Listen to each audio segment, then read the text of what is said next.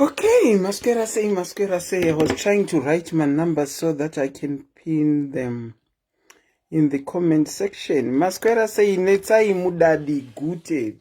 How are you? Masquera say, huh? Call me, who is this? And a Chinese writing. Oh, we don't want to call you, do we? No, we don't. Okay. Masquera say, Susan Chirime, how are you? Jessica Nelly Banda, how are you? Murisei, Holiday Tawanda, Haro Andy Serena. Tatenda Molin Knox, how are you? Masquera say, guys. Messi Mashkwani say, how are you? Auntie Selena is okay. And Jane Wamiridza, how are you? Jessica Mazambani, how are you? Lorraine Kupachena, how are you? Beatrice, ndeipi, guys. Masquera say neshondo kudai. Ivan, Mary Masango, nematambudziko, akaonekwa wediwe. Primrose Chindu, how are you, my dear Primrose? How are you? Tinevimbo, Chihera. Masquera say... Manyoni mai mudarikwa. Manyoni, Masquera sei manyoni. Muri sei, Masquera sei manyoni. Nasi tachitingo continue ne topic yedu yatakatanga last week, speaking in tongues. Ndamboti ndikuuya ndikazombobvisa ndikati sorry handichauye zvinondapo. Tekla manyika ndeipi. Akaonekwa Primrose, akaonekwa tichaona maziwa. Bebe, how are you? Anti Tatenda Molini akaonekwa Rumbi Ndlovu, how are you? Molin Mangami, ndeipi. Favor Ndlovu Kadzi. Auntie Selena is doing good, thank you, she's doing good. Makadi, how has been your week? How are your families? Zviri kudodi kumativi mana ose enyika amuri. Tsitsima Unkampala, how are you? Tsitsima Unkampala, uri sei. Vakomana imi. Zvakangoma.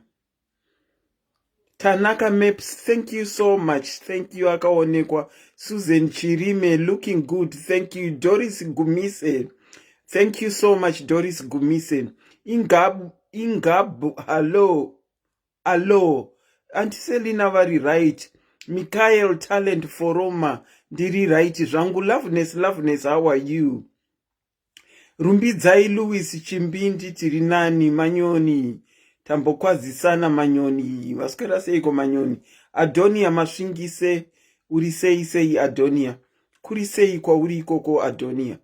Kurisei. Happy Mom Mutazu ndeipi. Meg Makiki ndeipi. ndeipi udzawo mumwe audzawo mumwe kuti nyaya yekutaura nendimi yekushima ndaiya yadzoka. Primrose Mandebvu ndeipi? I'm hoping tine Meg Makiki ndeipi? Fari Nyax, how are you? I'm hoping tine mabhaibheri yedu padhuze. Kana tisina Primrose Mandebvu ndeipi? Tsitsi Maunga, Teresa Foroma. Thank you so much Teresa akaonekwa. Kana tisina mabhaibheri yedu ngatitorei mabhaibheri yedu tifambirane mundima imwe chete. Damiresi Mabeza, how are you? Happy New Year. Compliments of the new season to everyone who is on the platform and who is yet to come. Loveness, thank you so much. Akaonekwa weduwe. Margaret Chihea Tugwe, thank you. My Bible tione kufambirana ndima, otherwise tinoita unge tiri kuverenga zvinhu zviri kubva musoro medu. Saka munhu kana uchivhurawo rako Bible tichionesana zvinenge zvichitofamba, so zvinenge zvichitofamba. Ndakanganwa kufonera kuudza vanhu tu. Ndakanganwa kuudza kuti ndakuya palive neprogram iyi. Munoziva chinonakidza kuti kana uchiita program usangenge uriwe unongotaura chete. But yeah, Pastor, I am on. Pastor, type it up, Pastor, and don't need to very free. Because I wasn't quite sure whether I was coming or not.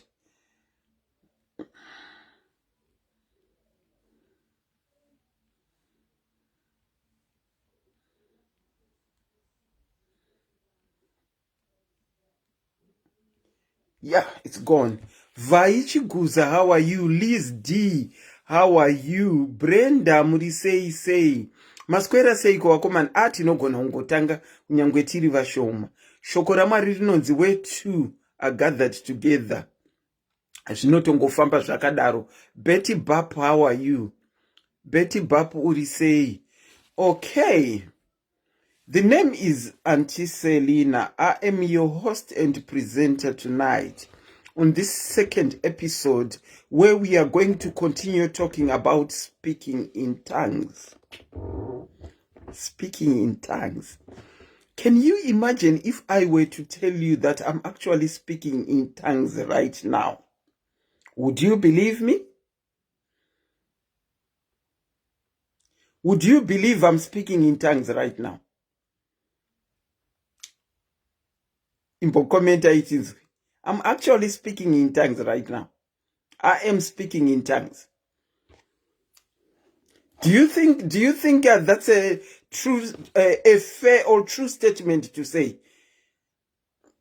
Ndati, I am speaking in tongues. Pedzisirai, compliments of the new season to you. Moshai Zinduku, how are you? Maposa, how are you? I'm actually greeting people in tongues. Taurai Chikungwa, Murisei. I am greeting people in tongues and talking to people in tongues. Do you agree with that or not? No one seems to agree with me. No one seems to agree with me. Okay, if I can, my tawa taku hanzi yes. But yes, if you remember last week, ndakatauro tichetanga kuvhura chirongwa, hanzi na Moshai, no.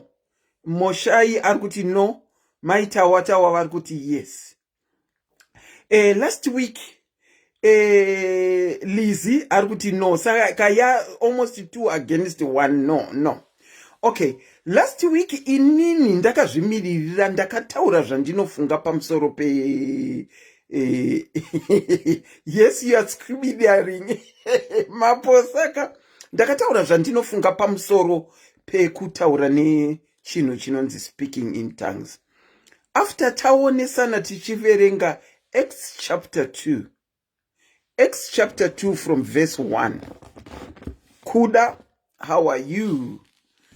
We established that when the apostles were filled with the Holy Spirit, let's go to Acts chapter 2 and see what we established last week. Why I say at the moment I am speaking in tongues.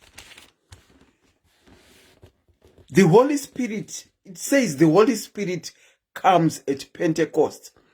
Okay, I'm going to give you time to justify why you disagree or why you agree. The phone numbers that you are going to use are pinned below. Tika taurirana tichionesana zvinofamba. Asi tikangoramba takanyarara tichikomenta, it's not everyone who reads what's in the comment section. Acts chapter 2, yatakaverenga last week, it talks about the apostles being filled with the Holy Spirit. And they began to speak in tongues. I think we also established this is the first time that tongues are being talked about. They spoke in tongues. And the Bible goes on to say, if you read from chapter 1, from verse 1 up to verse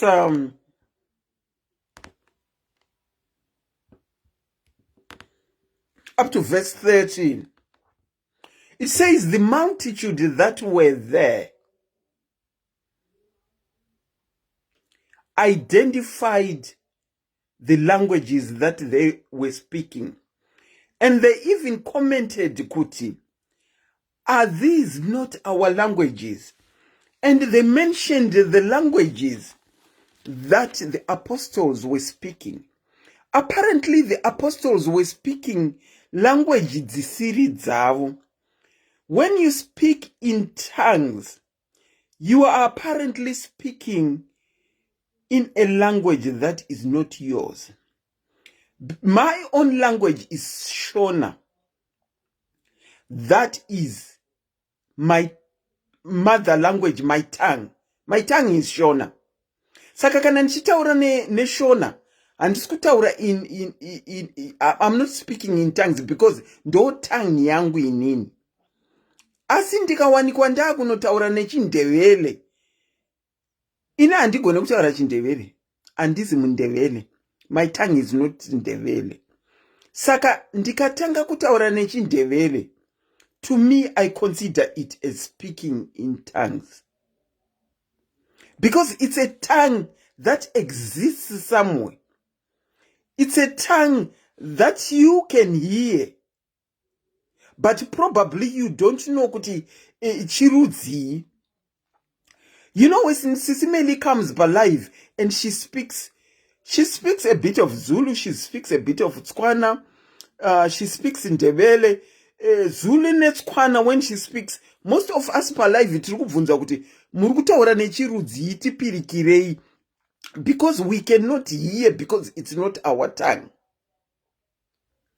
Saka, when the apostles were filled with the Holy Spirit, they began to speak in tongues, which was other languages that existed on planet Earth. Why I say it's other languages that existed on planet Earth is because the multitudes of people that were there were able to identify the languages that they were speaking. Vamwe vakati haizi Parthian here yavari kutaura, vamwe vakati haizi Midzi here yavari kutaura. Ukaenda paverse as from verse 9, vakumesopotamia vakanzwawo language yavo ichitaurwa, veJudea vakanzwawo language yavo ichitaurwa, veCappadocia vakanzwawo language yavo ichitaurwa, vekuAsia vakanzwawo yavo ichitaurwa, Libya chaiyo yakanzwa yayo language ichitaurwa, Cyrene yakanzwa yayo ichitaurwa. Ma-visitors from Rome and Ma-Arabs, they also heard their languages being spoken by the apostles. And what perplexed and amazed them was my apostles were not from those languages that were being spoken. But because they were filled by the Holy Spirit enabled them to speak those languages. If you read towards the end, which is verse 13, it says, some, however, made fun of them and said, they've had too much wine to drink. That is what the Bible says. I'm going to open up my lines so that it's no one sana. Is it a fair statement to say, speaking in tongues, you're speaking a language that exists on planet Earth? If not, and you say, I've heard some people saying, you're speaking to your God and the what do you call it? The language shouldn't be known by anyone. But here is my question. If the language shouldn't be known by anyone, how are people going to interpret then? Can you interpret something chisingazikanwe? I gave an example of Apostle vebondi ndina kubhena. Vakataura, he spoke in tongues pavanhu vavaitaurira. Because ana bondi tinokubhena tinovaziva kushona kuti kana achitaura kuti bondi ndiro vanhu vari kubhena mari kumusha tinoziva kuti kubhena chii. Saka isusu dai taivepo, we would have become interpreters at that function yaiva na Prophet J. Which means we are right in saying he was speaking in tongues. Because it was a language that could be identified by people. Like me, I identified it. Ndikatoti ishona, saka he was speaking in tongues. The number is pinned below. You can call in and give your 2 cents on what you think. Kana uchitaura kuti indimi dzaunenge uchitaura naMwari, indimi yaunenge uchitaura naMwari wako isingafanirwa kuziva, ukatirakidzawo mavhesi mavhesi ari mubhaibheri umu, zvinenge zvakanaka tinodzidza. Because what is happening today is preachers today have now got a tendency of picking up mavhesi from the Bible, screwing them up, and saying what they think about my verse to suit themselves. We saw this when we touched on my tithes, my contribution, and my seeds. Saka kana uchiti indimi yaunofanirwa kunge uchitaura naMwari wako, kana kuti uchimira pamberi pevanhu uchitaura ndimi yako naMwari wako, tirakidzowo pazvakanyorwa. I think that's fair. Tirakidzowo pazvakanyorwa. Whilst I wait for my calls, also last week, we established in the old Genesis that planet Earth had one language. Planet Earth had one language. And vanhu vakaita musindo, and then vanhu vakatanga kumuvwa eastwards. That is when different languages were established. But there was one language. Kwangu one language.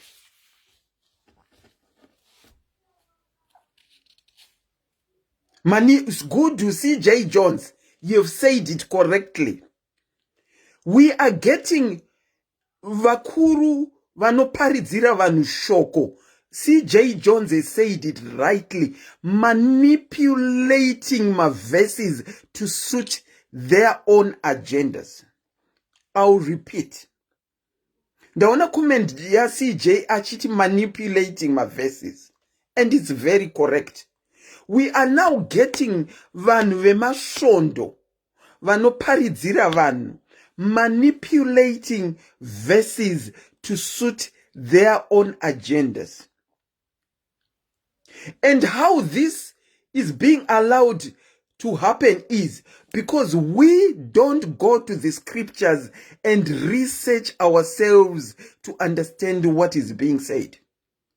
Last week ndakasungudza maoko angu kuti I didn't even know kuti pasi rino rese ranga rine one language until vanhu vakatanga kuita musindo and they started being moved eastwards according to the Bible.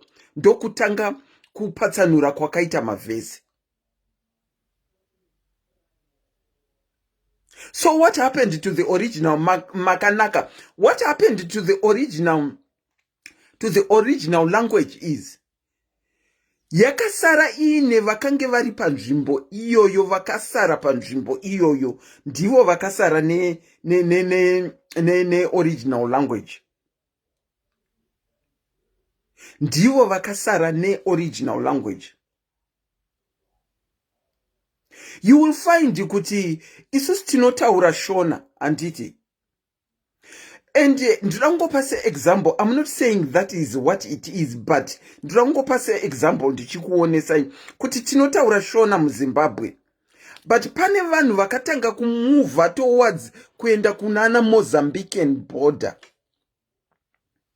You find kuti vanhu ivavo vakatora tumwe language tweshona vakanotora Portuguese vakaisanganisa to an extent yekuti kana vachitaura ningirikini language yavo yavakazocreata iyo inenge yakasangana Shona nePortuguese. Pane uyu aimboita freedom anonzaniko aita zvekurwa sterek musango airwisana nemafrelimo fighters. I was shocked kumunzwa achitaura a bit of Shona and a bit of Portuguese zvakasanganiswa, and I'm like, this guy can speak Shona and yet he's from Mozambique. So I think that is what happened with people in the Old Testament when Hanzina Tembeka, tongues is a heavenly language that should be at least understood by some of the church members in order to translate. Tandeka, feel free to call in and back up what you are saying. Feel free to call in and back up what you are saying.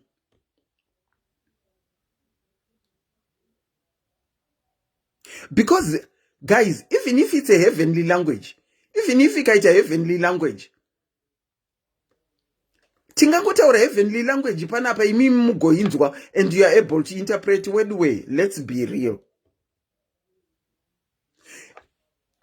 Makanaka kuti even Swahili into a bit of Shona. Yeah, Swahili in a bit of Shona. Yeah, Swahili, you are right. In a bit of Shona. Feel free to call in and contribute what you want to contribute pertaining speaking in tongues. But for me, I think varikuti dzidzisa shoko are manipulating my verses to suit their own agendas.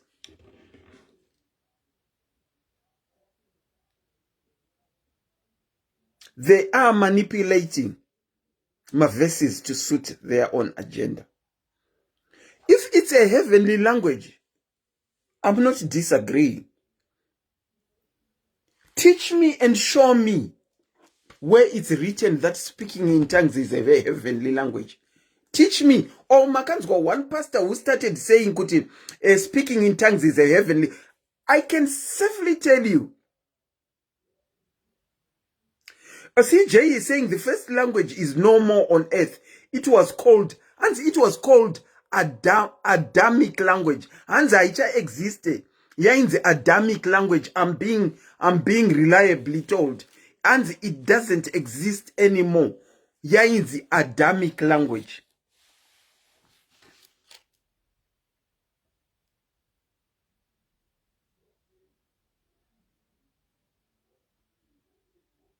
Do you know that teaching someone something.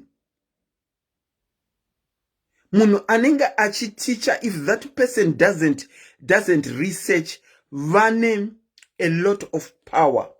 I'll continuously give this example. Kuti ukatichwa na teacher kuti 1 plus 1 equals 11, and you don't go and research and have backup information, yekuti 1 plus 1 equals 2. Unokura uchiziva, unotoita nharo dzekuti 1 plus 1 equals 11. Aunokaka nharo. Because you were told, you believed what the teacher said, and you took that aboard, and kwese kwa unofamba, uchangonzi ukanzi 1 plus 1 equals 11, because iwe hauna kuresearcha pachako. If it is a heavenly language, fair enough. Enlighten us why you say it is a heavenly language. Oh, Lingali from Congo. I'm being told, and I was shocked, Lingali from Congo has a bit of Shona. So as people move to places, my languages ano statica mamwe, vachipika a bit. I bet when they were going to Congo kwacho, since it has a bit of Shona, vakafamba nemu Zimbabwe, vakaona a bit of Shona, vakanopinda next country, vakaona a bit of, and then vakabatanidza language, vakabatanidza ningirikini language yavo. Tinokuchingamidza ipachirongwa. Makadi Nicola.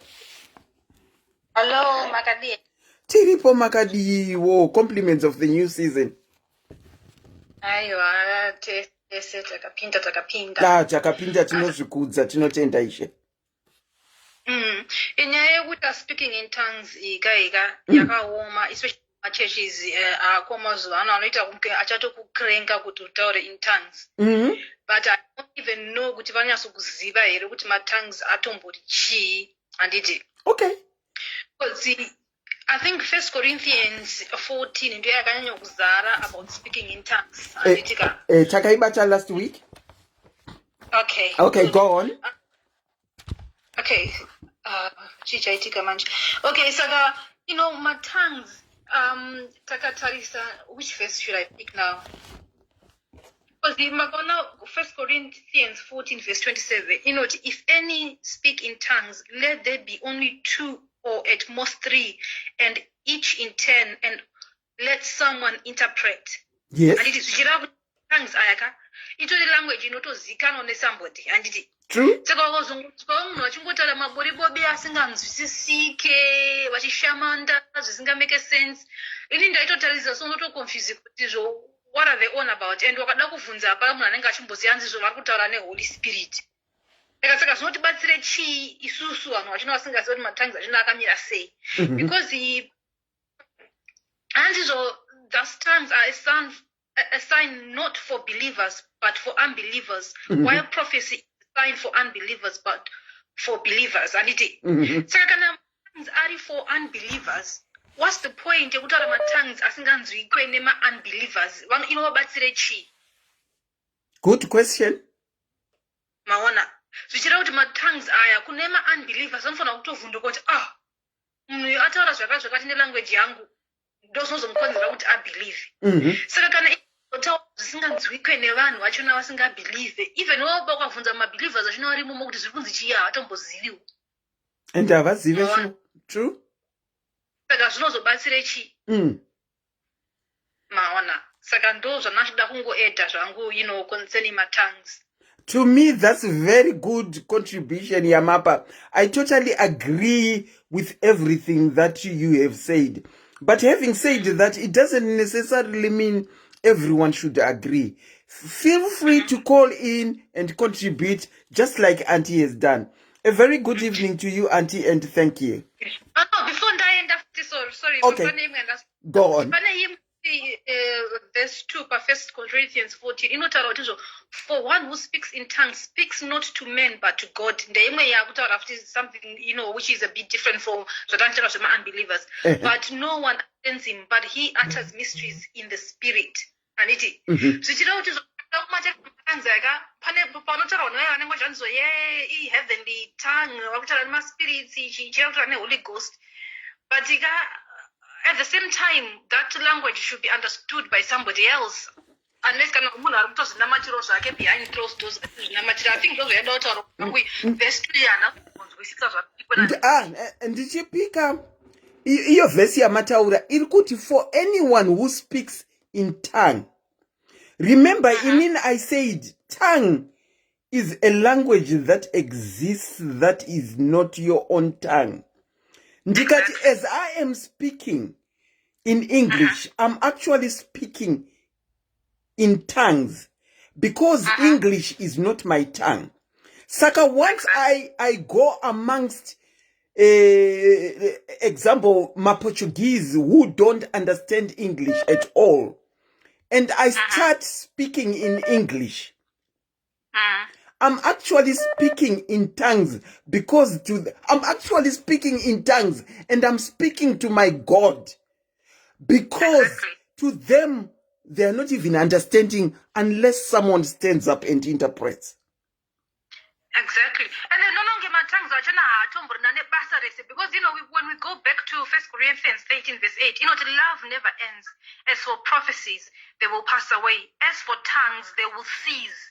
As for knowledge, it will pass away. So if tongues are meant to cease, can we say they are that important? No, and they are not important at all.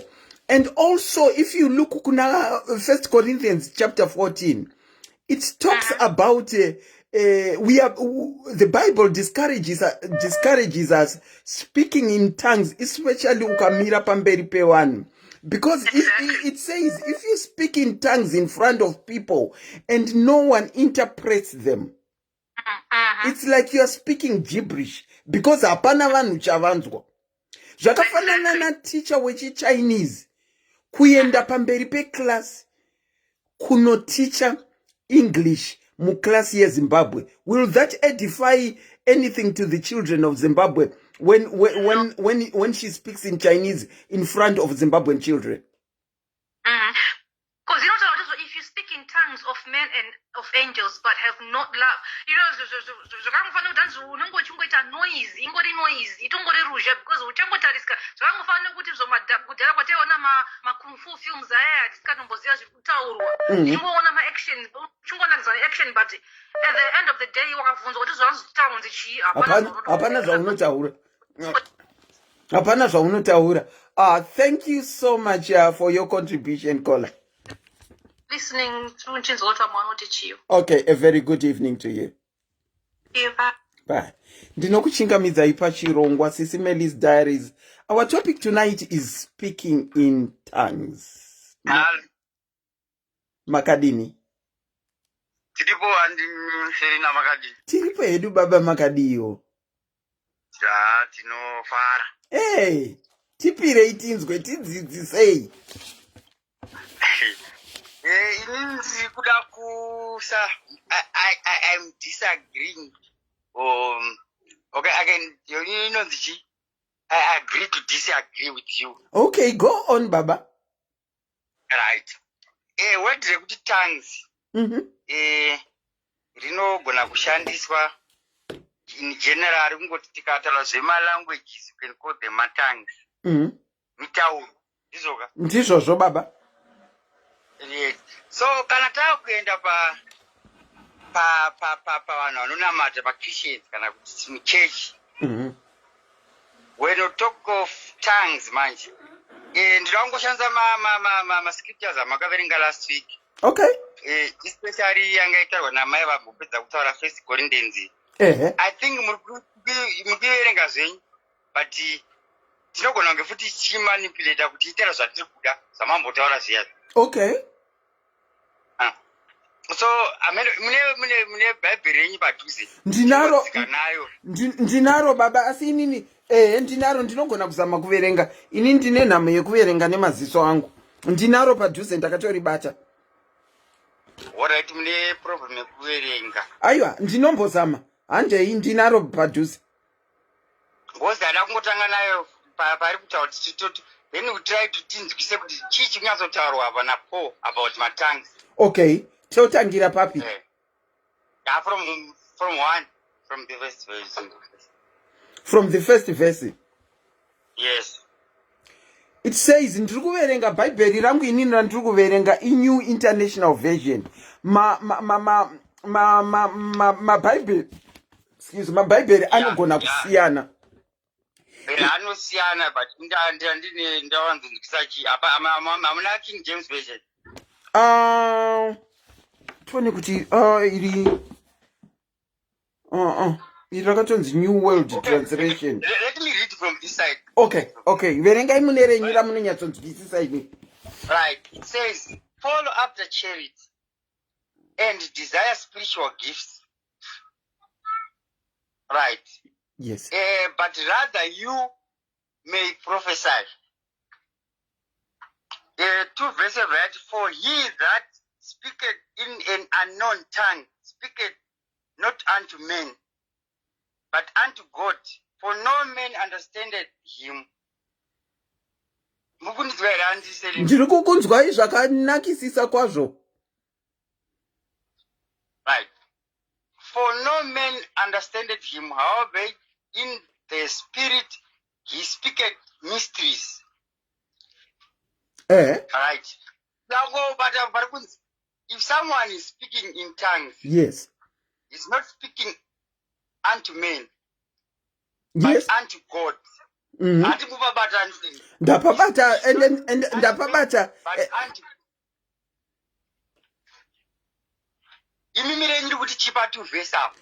Maybe. For anyone who speaks in a tongue does not speak to men but to God. Yes. Indeed, no one understands him. He utters mysteries with his spirit. Right. Do my tongues are if someone is speaking in tongues, ask kutaura kumunhu, but ari kutaura kuna Mwari, because ari kutaura ma mysteries. Nekuti hakuna anomunzwa. Saka pakatoita ari kumunzwa, aisiri matongues. Okay. Inini ipapo ndiri kuti baba. If anyone speaks in a tongue, I'll give an example yandapa yekuti. Unoenda kuMozambique, wonotanga kutaura nechirungu. It will be, what you are speaking kuma Mozambicans is mystery because they don't understand. It's mystery. As long as you come and speak Chinese to me when I don't hear, do not touch. Varikumbotaurei semuna X vanhu vaka identify pekupedzisira vakatoti vanenge vari kupenga vanenge vazara ne wine. That is what I would do as well. All right, ko mimi andiserina mukataura nechi-Mozambique muri ku-Mozambique, does that make a mystery to them? It's not a mystery, but I have spoken. Sorry?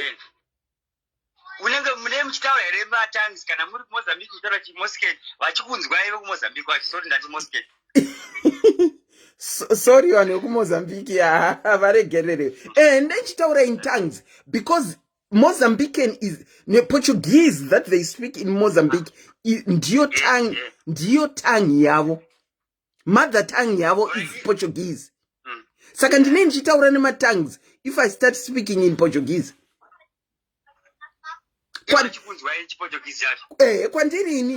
Kwandiri inini.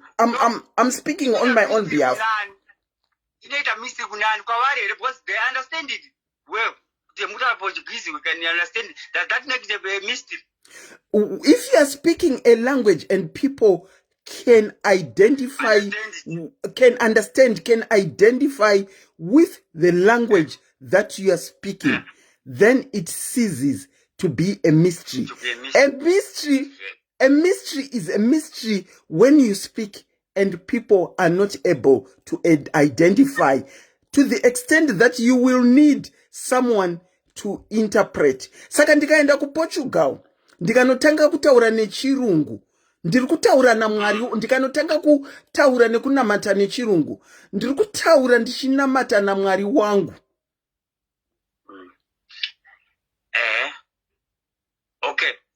ini ndada kuti muunderline wendrakati for no man understanded him.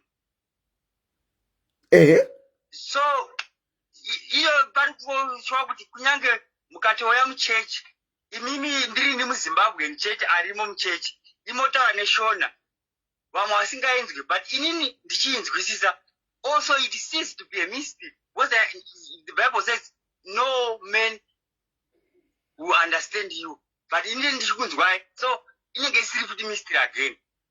Saka pama language amukutaura kuti mitauro iyi tinogona kuti matongues pakungoti mitauro yakasiyana, but Bible rinoti it's a gift of the Holy Spirit. Inototi imimi kana muka pamunoti papa maponesi panaika, we will be baptized, then you receive the gift of the Holy Spirit. Saka nobody kunzi Mwari anopa different gifts of the Holy Spirit. Somewhere they will be given a spirit of speaking in tongues as a gift. Yes. So that spirit, that gift of the Holy Spirit, inokupa kutaura a mystery, mutauro wakawanzika. Okay. Kuti hapana munhu anofanira kunzwa, but pachitowa naamai vambobva kutaura vachiti hazvibatsire kuti utaure in tongues pasina munhu anointerpreta, because basa rematongues kusimbisa church. Which means if someone speaks in tongues, hazvizvo kuti udade nazvo muchechi. Otherwise, you are just making noise. True. So the purpose of speaking my mysteries, unekutaura zvinhu zvakawanzika in the spirit world, zvinotoda someone ane a gift again, ekuinterpret those tongues, kuti chechi izonzwa kuti chii chiri kutaurwa, yosimbiswa nekutaura kwako matongues. Saka mukadzika nayo zveiti tikazorebedza zvedu yanga inotaura izvozvo kuti hazvibatsire kuti mimi mukotaura ndimi muchechi pasina zvazodutsirwa. You are just making noise. Okay. Unless if there's someone who can interpret those tongues, zvakuchibatsira manje vari kunzwa kuti zviri kudai chechi yosimbiswa. Those ndo mabasa ematongues. Hazi kunawo kana ekuto Hanzi namendi flavor scattering until you are mixing your topic here. It's spiritual tongues. Mwari one of these days. Hanzi Mwari one of these days. Lots of love. One of these days, teacher took a Mwari lots of love because zvinoda one who understand the Bible. And Mandy, I stand to disagree. Atingati pane munhu anonyatso understand the Bible, munhu ano understand according to intellectual yake iye zvaanzwa. Like ininika ndiri kutaura zvandinonzwisisa zvandino understand, which is not necessarily what you do understand. Baba vafona vari kutaurawo zvavo zvavano understand vachiita disagree with me, which is totally okay. Which is totally okay. Sorry, you can go on. Saka pa matongues apa muri kutaura kuti pane two different tongues. One is heavenly tongue and one is ordinary tongue. Is that what you are saying? If I speak with nemutauro wavanhu kana kuti nemutauro wema angels, ichiri chipo chamweya mutsvene, kureva kuti pane imwe language yaunogona kutaura uri inspired with the Holy Spirit. Okay. Pane zvinoda kuti zvaimbotaura naPaul sometimes takaenda kune imwe nyika, you can speak that language ari inspired nemweya mutsvene. Okay. But nyaya yekutaura pana Corinthians apa inyaya yekuti ari kunatsotaura kuti how chinoshanda sei chipo ichi chekutaura nendimi. Saka ndirangoverenga zvangu nekukasika from verse 3. Verenga henyu. Yeah. He said, but he that prophesies speaketh unto men to edify. Asaka ari kukombera zvipo zviri zviri kuti pana ari kuprofita, a prophet. Someone kutaura matongues. Saka ari kunzi ari kuprofita anonyanya kuva nepower because uyu ari kubva atotaura zvinhu zvinobatsira munhu because unongotaura nelanguage inonzwikwa nemunhu kuti Mwari ati sakati. You understand? Yeah. Saka arguti, he that prophesies speaketh unto men to edify. Yes. And the exhortation and comfort. He that speaketh in an unknown tongue edified himself. You understand? Yeah, true. But he that prophesies edifies the church. True. Of which the whole point that the church is symbolism. Yeah. He said, I would that you all speak with tongues, but rather that you prophesy, that greater is he that prophesies than that he speaketh with tongues, except he interprets, that the church may receive edifying.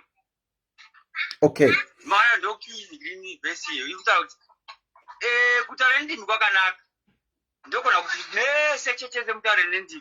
But chandinoda kuti muprofiti ndizvozvo nekuti anotaura nendimi kana dzikasadudzirwa zvinava zvinosimbisa asi dzikazodudzirwa dzinosimbisa futi chi church. Okay, rangu rinotaura richiti I would like every one of you to speak in tongues. Yes. But I would rather have you prophesy. He who prophesies is greater than he who speaks in tongues.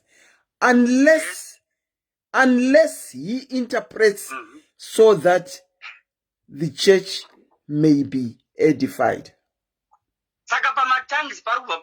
Unless he interprets. But dzisina kuzointerpretwa dzorekodwa dzoita viral hadzina zvadzinobatsira.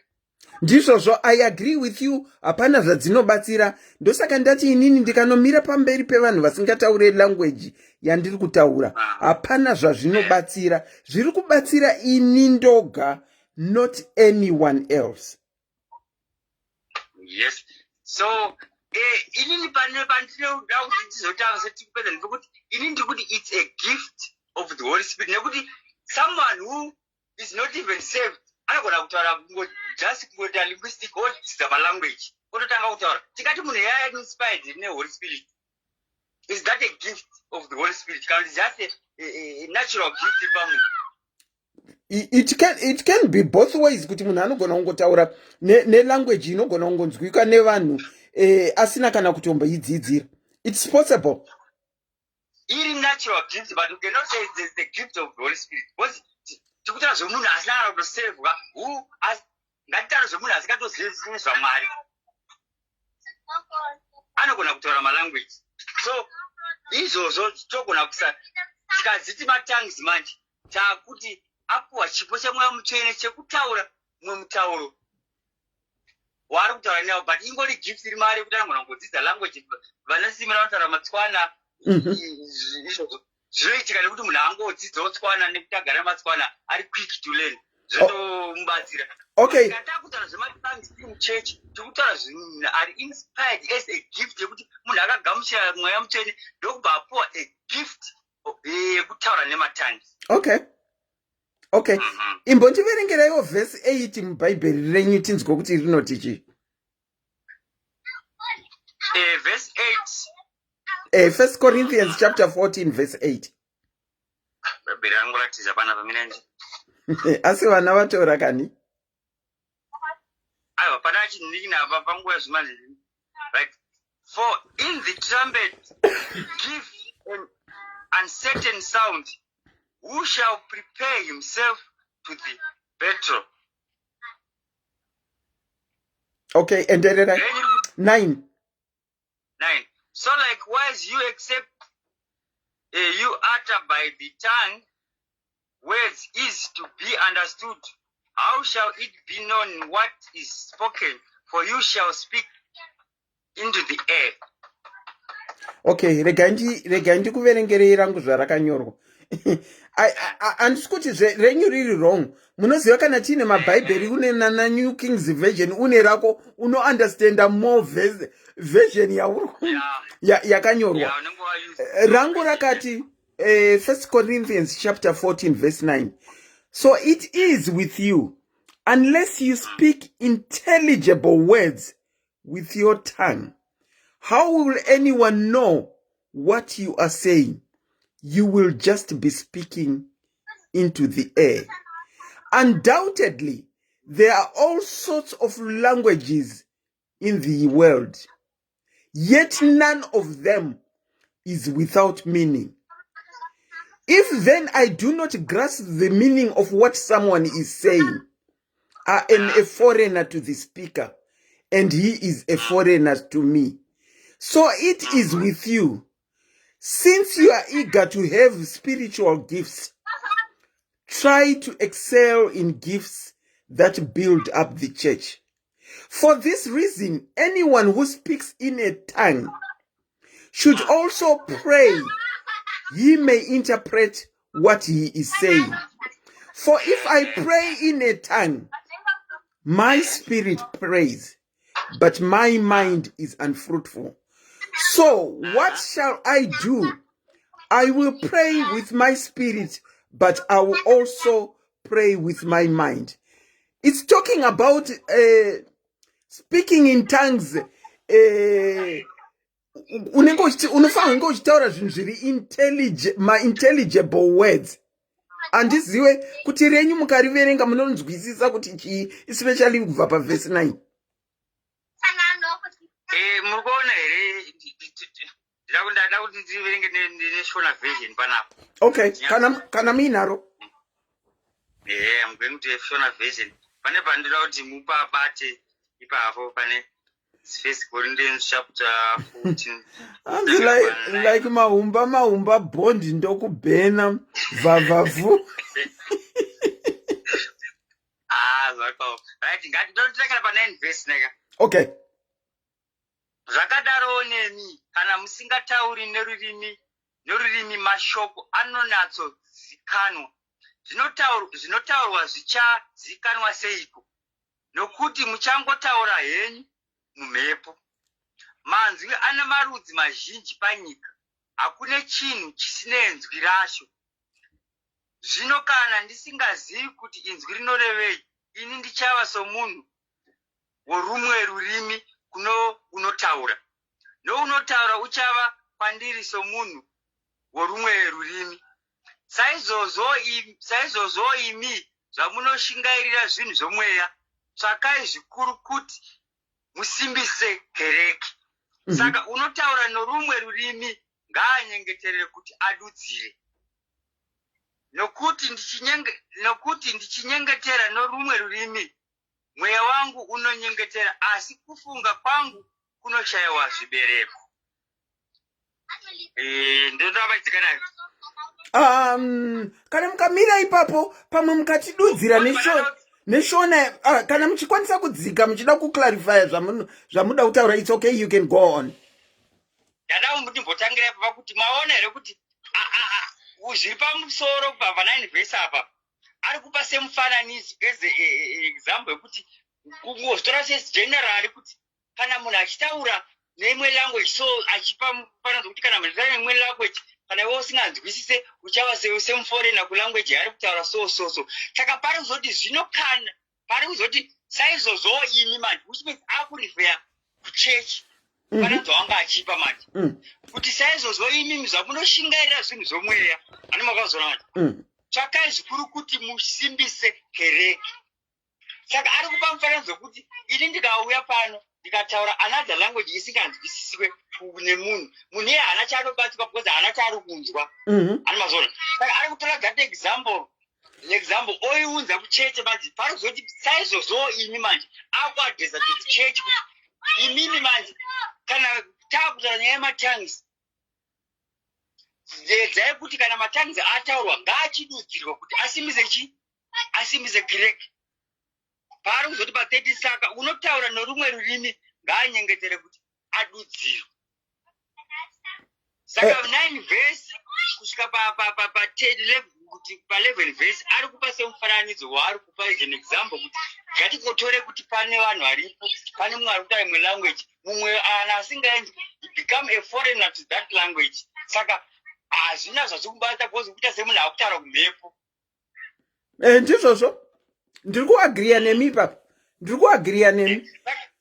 But emphasis yake manje iri pakungoti imimi zvekana muri mucheche muchega yekuti anoise because mukazonyatsotaura kuti history of the church iri pakukorindeka vakanga vakuita noise yekuti ndimi dzaafofa manje everyday dzakungoputika. Asi baba idzo ndimi dzakange dzakungoputika kuvakorinde uku muna chapter 14 hadziziri idzo ndimi dzinongoputika here mazuva ano idzi? Izvo zviri kuitika manje inyaya yechi yekuti vanhu vari kuita zvinhu nekusaziva ignorance because ipapapa aitesa order mucheche kuti mukadaro mukutokangadza because mukuona kuti vanhu vainakidzwa nekuzitaura ndimi handivazoona. Okay. Then kana vanakidzwa nekuzitaura ndimi munhu wese obva wanzi speaking tongues cheche yese vanhu vakumari kuputisa ndimi mucheche. Saka Paul apa ari kuisa ne order kuti no. Hold on. Dzinofanira kuti dzidudzirwe but mukangodzitaura muchita zvamukuita hazvina zvazvinobatsira mukutara mumhepo. Let your tongues be interpreted dzidudzirwe so that dzinosira vari kuvarairwa ignorance dzikupa vanhu kuti kana vakataura ndimi kana whatever language vakutaura vari kuita dzekushaina nadzo vodzitaura vodzirekoda dzoita viral izvozvo vofunga kuti ndo basa rendimi. Makwikwi baba. Thank you so much for your contribution. Macalls anenge akuwanda but ndatenda zvangu. Thank you so much. All right. Wow. Yeah, kudzidza hakupere. As I am your host and presenter, it doesn't mean I know it all. What I speak my mind, just like anyone speaks their mind. Ndinokuchingamidzai pachirongwa makadini long time. Compliments of the new season. Anti makadiko. Varume yapindirwa nevarume. Tiripo makadiko baba. Tiripo. Ndoda kucontribute pamatangs apa because I think pari kuita problem echinhu because vanhu vari kufunga kuti kutaura nematangs ese kutaura naMwari because ndambonyora ndakati makavhura pana Acts 2 verse 6. Okay, toenda kuna Acts chapter 2 verse 6. Mati pari kuita problem yekuti vanhu vari kufunga kuti chi? Takataura nematangs tikutaura naMwari. Kuti ninge tisingataure naMwari here? Aiwa pane matangs ekuti anopiwa naMwari kuti ukwanise kucommunicate nevanhu vaunavo ipapo. Okay. Ndopandi kuti vhurai pana Acts 2 verse 6 munzwe muvereke 2 verse 6 kusvika pa7. Acts chapter 2 verse 6. Rangu rinoti Acts chapter 2 verse 6. Verse 6, where are you? When they heard the sound, ndio? Yes. When they heard this sound, a crowd came together in bewilderment because each one heard them speaking in his own language. Utterly amazed, they asked, "Are not all these men who are speaking Galileans? Then how is it that each of us hears them in his own native language?" Parthians, Medes, Elamites, residents of Mesopotamia, Judea, Cappadocia, Pontus, Asia, Phrygia, Pamphylia, Egypt, and parts of Libya near Cyrene, visitors of Rome, both Jews and the converts of Judaism, Cretans and Arabs, we hear them declaring the wonders of God in our own tongue. Yeah. All right. Now let me explain bichana ipapa. Okay. Apa ndo panonzi vanga vagamuchira mweya mutsvene watikutaura kuti gamuchira mweya mutsvene unotaura nematangs. Handiti mavona. Apa vanga vagamuchira mweya mutsvene but matangs avaka vakabuda vachitaura chinyanja, vakabuda vachitaura chixhosa, vakabuda vachitaura chiswahili, vakabuda vachitaura chiegyptian, zvokuti vanhu vanga varipo vakavanzwa vachitaura vainzwa kuparidzwa kweshoko raMwari nelanguage dzavo. vachitaura ivo vataura direct kwavari.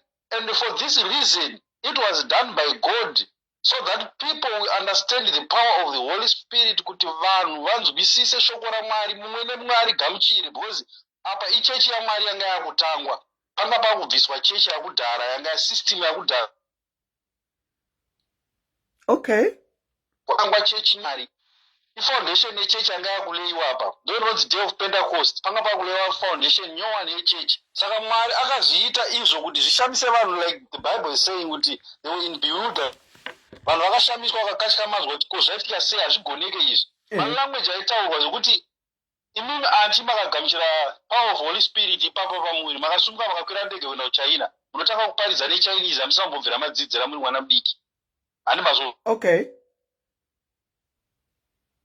Paridza Bhaibheri rediro iri nematongues, muchiverenga English muchiparidza neChinese, muchiverenga English muchiparidza neChinese, ndo simba rematongues iroro. Then tobva taenda kuna 1 Corinthians 13 verse 1.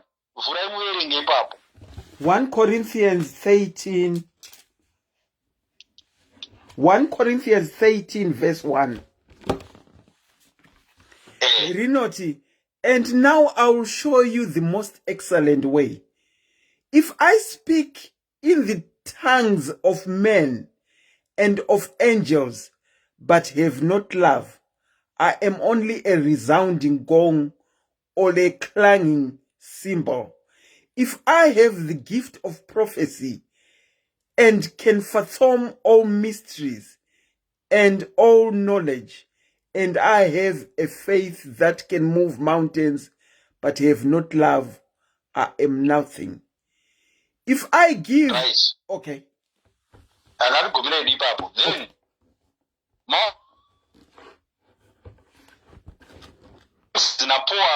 tongues, two different tongues. I thought if I have a gift of tongues, from tongues of men and tongues of angels, I thought two tongues are ipapo. Other tongues of men and tongues of angels.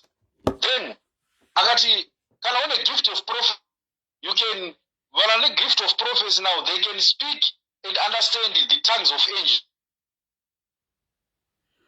Okay. Day of Pentecostal tongues of angels. You heard about Day of Pentecostal. As a tongue of angels, it was a tongue of men. Of men. Okay. Okay. Yes. Okay. Okay.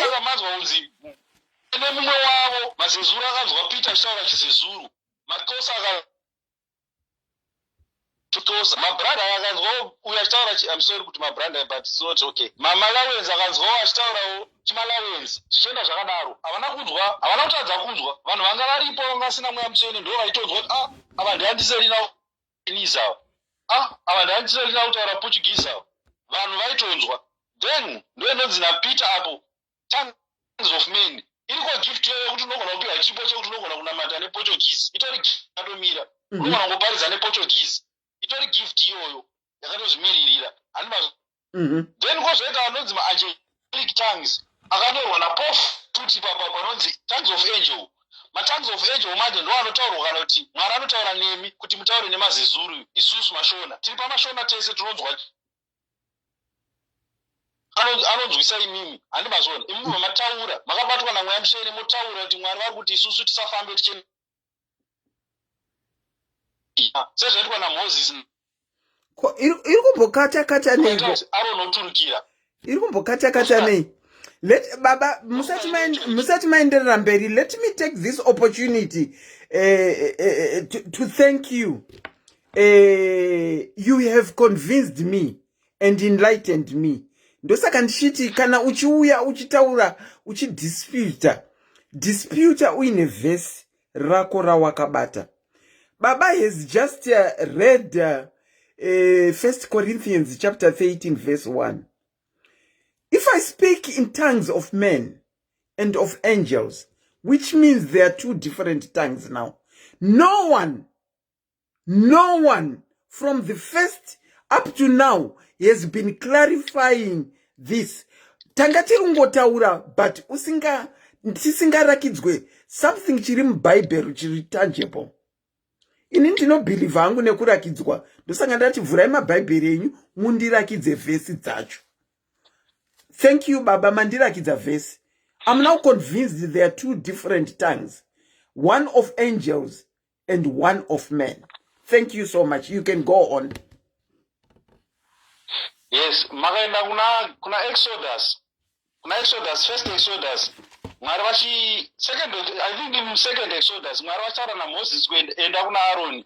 Pane pavanoudza Moses kuti Aaron ndamuita, Moses ndakuita Mwari, Aaron ndamuita mudiki pauri. Iwo chaita Mwari kuna Moses. Zvokuti Moses ane zvinhu zvaitaura direct naMwari zvaasinganzwi kwena Aaron. Zvaiudza Aaron kuti ita. Handiti mazvona. Zvakafanana nepanokandwa tsvimbo mumba mafaro. Vanhu vanoti Moses akakanda tsvimbo mumba mafaro. In actual fact, Moses haaziri akakanda tsvimbo. Tsvimbo yakakandwa naAaron. Okay. Pakaverenga Bhaibheri zvakanaka Moses haaziri akakanda tsvimbo. Moses akaudza Aaron kuti kanda tsvimbo. Because munhu ainzwa Mwari ndi Moses achiudzwa naMwari, Aaron otumikira. Ndipo panozva matongues of angels aya manja. Ekuti Mwari vakataura nemimi handiseri nani matongues of angels. Imi mozvoudza isusu kuti Mwari vakuti zvakati. Handi mazona haakwanisi kudukikwa nemumwe munhu. Anogona kuturikirwa nemaprophets. Ndopari kunzi maprophets aya anoti afatwa malanguages aya ema-angelic aya. Ndomaprophets akutaurwa manje. Because pane munhu wakuti munogona kutaura language mimi tiri mashona tega pachedu saizvozvi. Motaura language. Then ini ndiri muprofeti. Nonati zvekutaurwa naanti vari kuti zvakati idzi dzalanguage dzekudenga idzi noma-angelic language. Okay. Mandy, thank you. Asina Mandy, sometimes we would have forgotten my verses. Okay, saka mamu kuti ma tongues anotaurwa nema angels. Vanofana hunge vachigona kuma interpreter pachavo ivo kana kuti muine ma prophets pakati pavo ane humwari wokuti vainterprete zvinenge zvataurwa zvema-angelic tongues izvo. Ndizvo here zvamataura baba? Ndizvozvo chaizvo. Kune vamwe vane chipo chekuti vanogona kuinterpreta ma-angelic tongues. Like ana Paul, they had that gift. Kune vamwe vasina chipo chekuinterpreta ichocho vanongobatwa nemweya mutsvene otanga kutaura. Nemweya mutsvene vasingazive zvavari kutotaura ivo vacho. Handi mazvona. But manje Mwari haana system havana system chi? Anotoita make sure kuti pane munhu anotoita se ine confusion. Okay. Yekuti munhu anotaura nema-angelic tongues posha anointerpreta Mwari havadaro. Anotowana anointerpreta kuti zviri kunzi naMwari zvakati. Mabona. Baba, masonde mazowano muri kuona in fact baba, let me be honest. Masonde mazowano vanhu vari kutaura nendi mune chinhu chiri kumbointerpretwa imomo. Alright, anti ipapo ndo pari kutaura manje ndo pekuti munhu anenge ataura inonzi chi nemain tongues obva anovhura chechi yake achifunga kuti akutaura naMwari. Problem ine system yaMwari. System yaMwari zvaikaita manje. Alright. Muri kuti inini kana ndikaenda kuPortugal ndikanovhura chechi yangu ndichitaura nechirungu ndofunga kuti ndiri kutaura naMwari ndichitaura men's tongues. Mune muchitaura men's tongues motofunga kuti makutaura naMwari motonotanga chechi yenyu. Wow.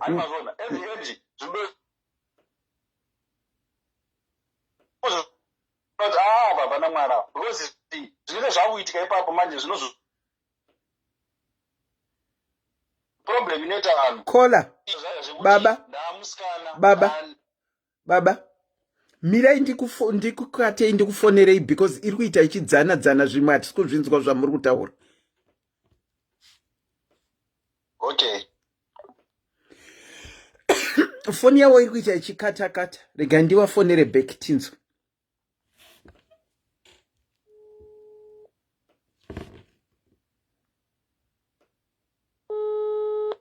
Hello. Okay, rega chimbotraya futi yanga iri kuti mukataura yomboti zii moenderera tisina kunzwa zvamataura. You can go on. Alright, like I was saying kuti pane vamwe varongoti vakangokwanisa kutaura akutoti ndotaura naMwari ndonzwa naMwari. Anoita confusion pachake chekutadza kuziva kuti matongues ari kutaura ndemo. Shoko ranga watungwa naro kutoparidzira kuti certain people iwo wakutotanga kuvhura chechi. Kana wavhura chechi kudaro manje ndopamukubvunza manje pekuti tine mamwe maprofets anenge asina mainterpreter kana kuti panotaurwa bonzi hapana interpreter.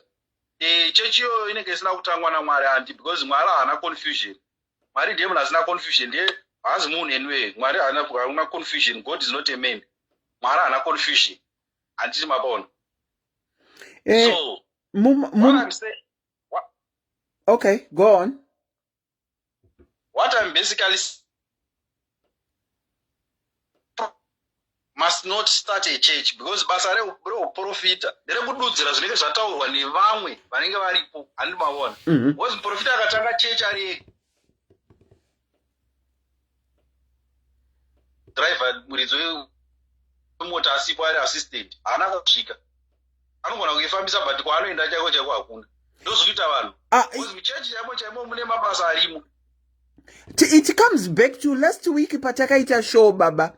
Pana yoko weZimbabwe akafona achitaura kuti machechi makuleka hanzi ma5-fold ministry.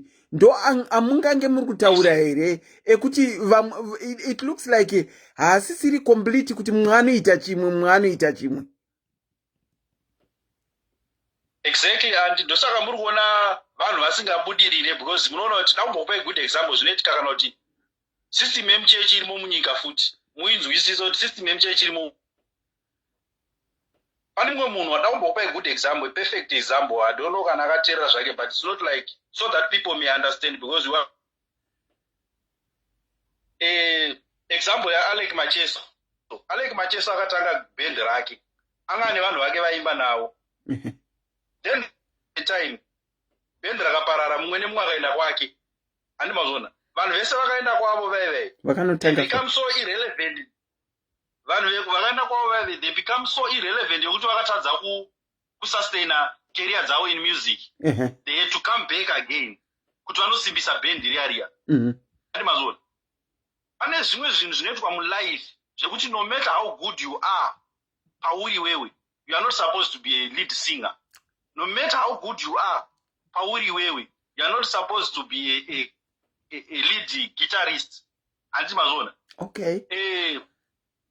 We have a person like Franco Slomo. He was so popular achimba naAlec Macheso nekutamba chete. Akaita mari nekutamba chete. Chipo chake changa chiri mukutamba chete. But then because of popularity akangofunga kuti no, I can go on and do this. This thing is happening exactly again in church.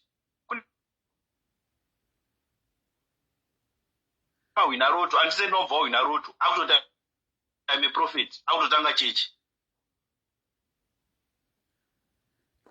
Futi dzidzise ana chanokudzidzisai anobva achinja chechi yake kuita munonzi chi motivational seminar inenge irimo ora yese kwandi kusvika Friday anenge angori motivation chete network ine jealous network ya wani chaKristu chiri kubuda.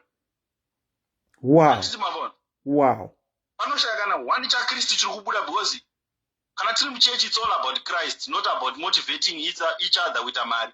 Because zvinezvi unoona vanhu vari muchechi manje because vakaita zvinhu zvavasingafaniri kunge vachiita. Vanenge vakutanga kuita kune billionaire summit, kune summit yakati, kune marriage yakadai, marriage counseling yakadai, kune zvakati business chako. Zvinoitwa muchechi. Asi zvinhu zvemuchechi izvozvo. Saka nai baba, coming back to speaking in tongues.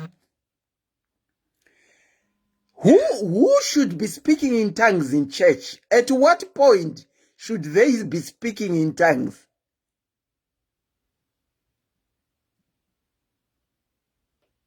Is that what wants him to speak in tongues?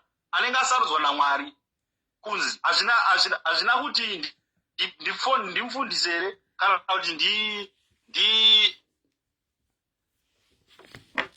kona kusumudza any member otomupa shoko kuti famba naro. Handi mazona. Okay, why I asked my questions is if tiri pamalive papa tiri kungoyerekana matongues akungotaurika vana vedu vadiki vangonzi vakutaura matongues pese mubhazi shanda rakaita akungotaurika pese ana bozongora wangu buda paredho achitongoti cibility oro the beat and pro mubva matitange rarowa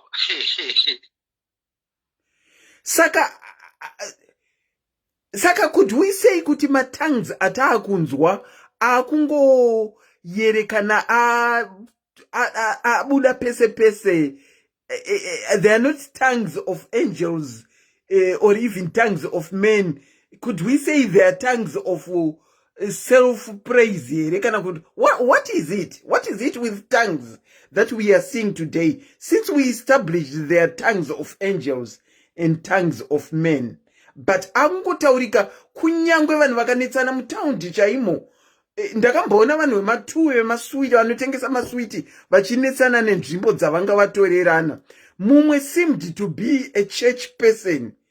Ari kunetsana nemumwe wekudaro akatanga iye ana bhondi ndina kubhene shakaria achitaura nematangizi pavari kunetsana.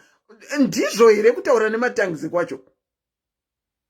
Ayo ikoko komande ndokataurwa napo pana Corinthians 1 Corinthians 13 kunzi kupenza hazvina inoise ma-empty vessels handimazona ndokataurwa napo kunzi ma-empty vessels. Ukangonzwa munhu anotaura nematangizi anti asingazodudzirwo kunzi Mwari vati zvakati panapa, matangizi aya haana basa, haatoda kana basa kana ka1. Ona muchechi inenge nemazimbabweans chete motanga kutaurwa nematangizi.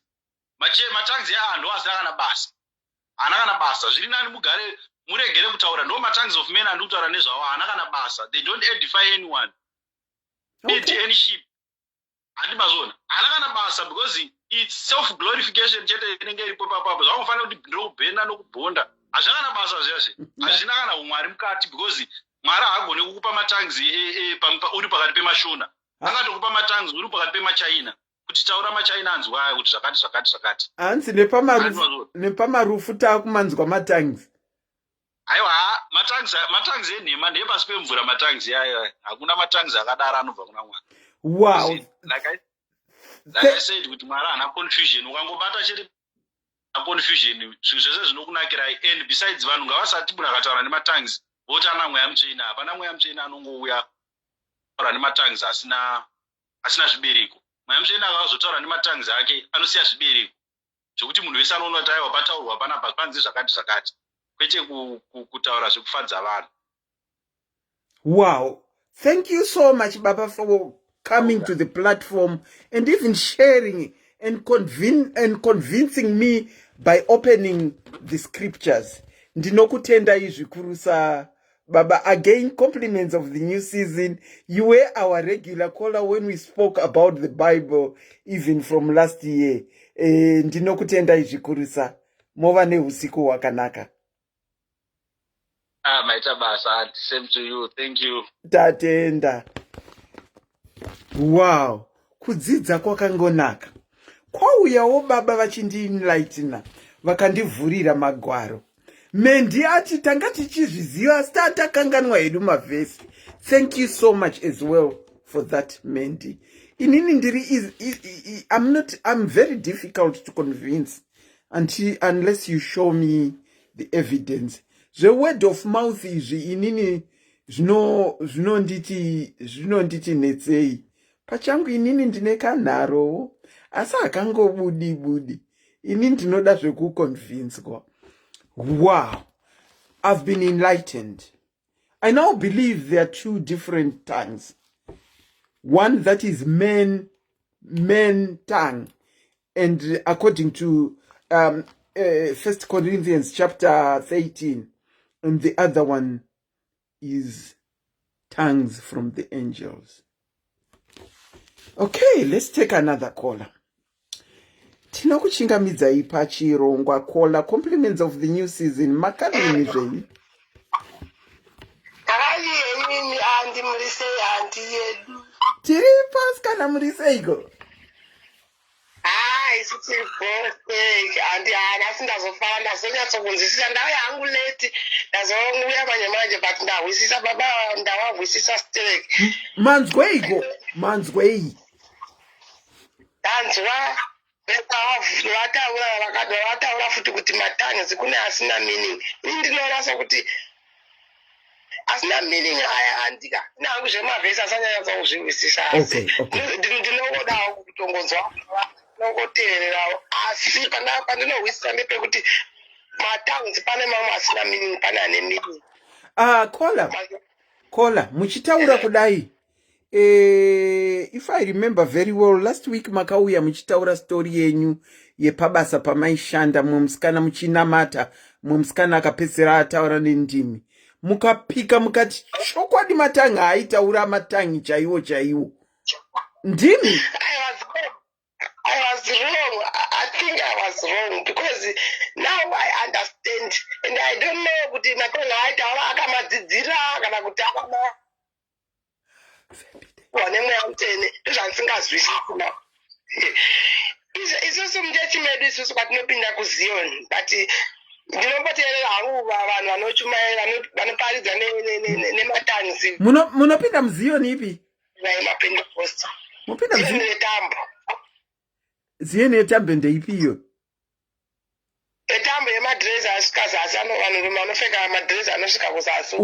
Avanovhesa.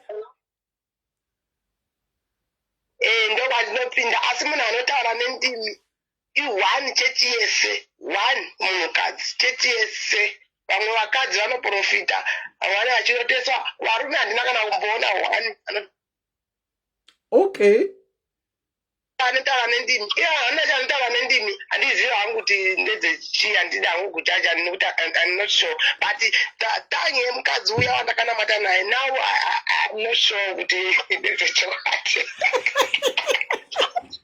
Saka ndakuremembai mukapika mukati akanamata hatisi kuti ndekunyepa asi idira kuti akamadzidziswa kana idira cho ramaive naro nderekuti makanzwa zvaaitonamata zvekuti maitogona kuinterpreta.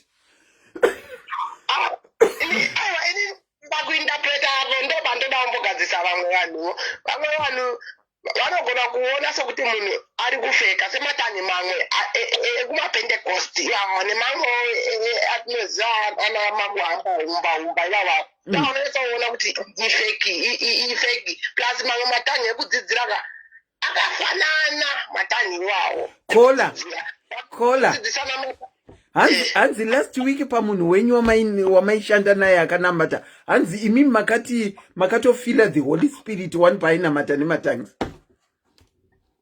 I didn't feel the Holy Spirit. I was just shocked. She felt not me. How can I feel with the Holy Spirit from me? Because inini ndaina mata zvangu ndakatovhunduka kutongo nyaravando patatongoti ilanguage haisisiri ndevele because ye mundevele akangochinja kungochinja gia ndo pandatovhunduka handina kufila Holy Spirit. Makavhunduka.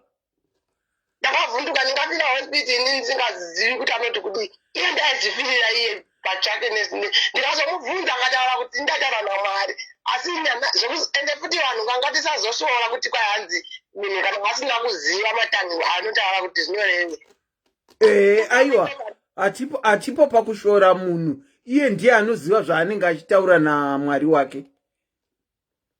Plus varikowo zveshuwa vanombafekawo ivo ekuti kwai muchechi yese inenge ichingoita matangi hazimeke sense plus kune vechokwadi vacho vatinochifunga kuti ndevechokwadi ndinobhiliva hangu kwangu ndikandienda ndokusangana ndinobhiliva asi ndakutoona ndakutovhundukawo nyaya dzematangi sili saka hava izvezvizvi ndaishapaposiyo ndaanyatsokubvisisa manje kuti ine matangi erema nechokwadi pane kudzidzira kozova nekusadzidzira vaya vanoti kwai hanzi munhu anotaura nematangi tisingamanzi saka ari kungonyangadza aiwa kuri kusaidhi rekunyangadza kune vaya vakadzidzira matangi ayaya ekudzidziswa ndiwo anonyangadza manje isusu panyama pane mamwe matangi avanoziva ivo vasingazivi mamini amene ndikutaura sei handizivi ndotaura kuti vanhu vangandidzidzisa wenyu andingataura kuti ndingati kudii iye anoshandira mweya kana kuri kuti matangi ake ndeechokwadi ari kushandira mweya handiti iye kanesungu dzekuti ndizive meaning yematangi ndiyezve munhu achafama achitobatira matangi iwawo kwete kuti vamwe pekuza tisingamazivi saka hana basa indoba ndinopesana napo ipapo ane basa kana ari echokwadi ane basa nekuti kutosvika pamatangi ipapo itoriwo stage yekuti akatoinamatira kuti aende forward anowana zvekuinamatira kana munhu asingainzwi language yacho aisifoti munhu wamataura kuti kwaiwo panext waregere kumanzwa ai asitori mataura zide achinzikwa nevanhu vese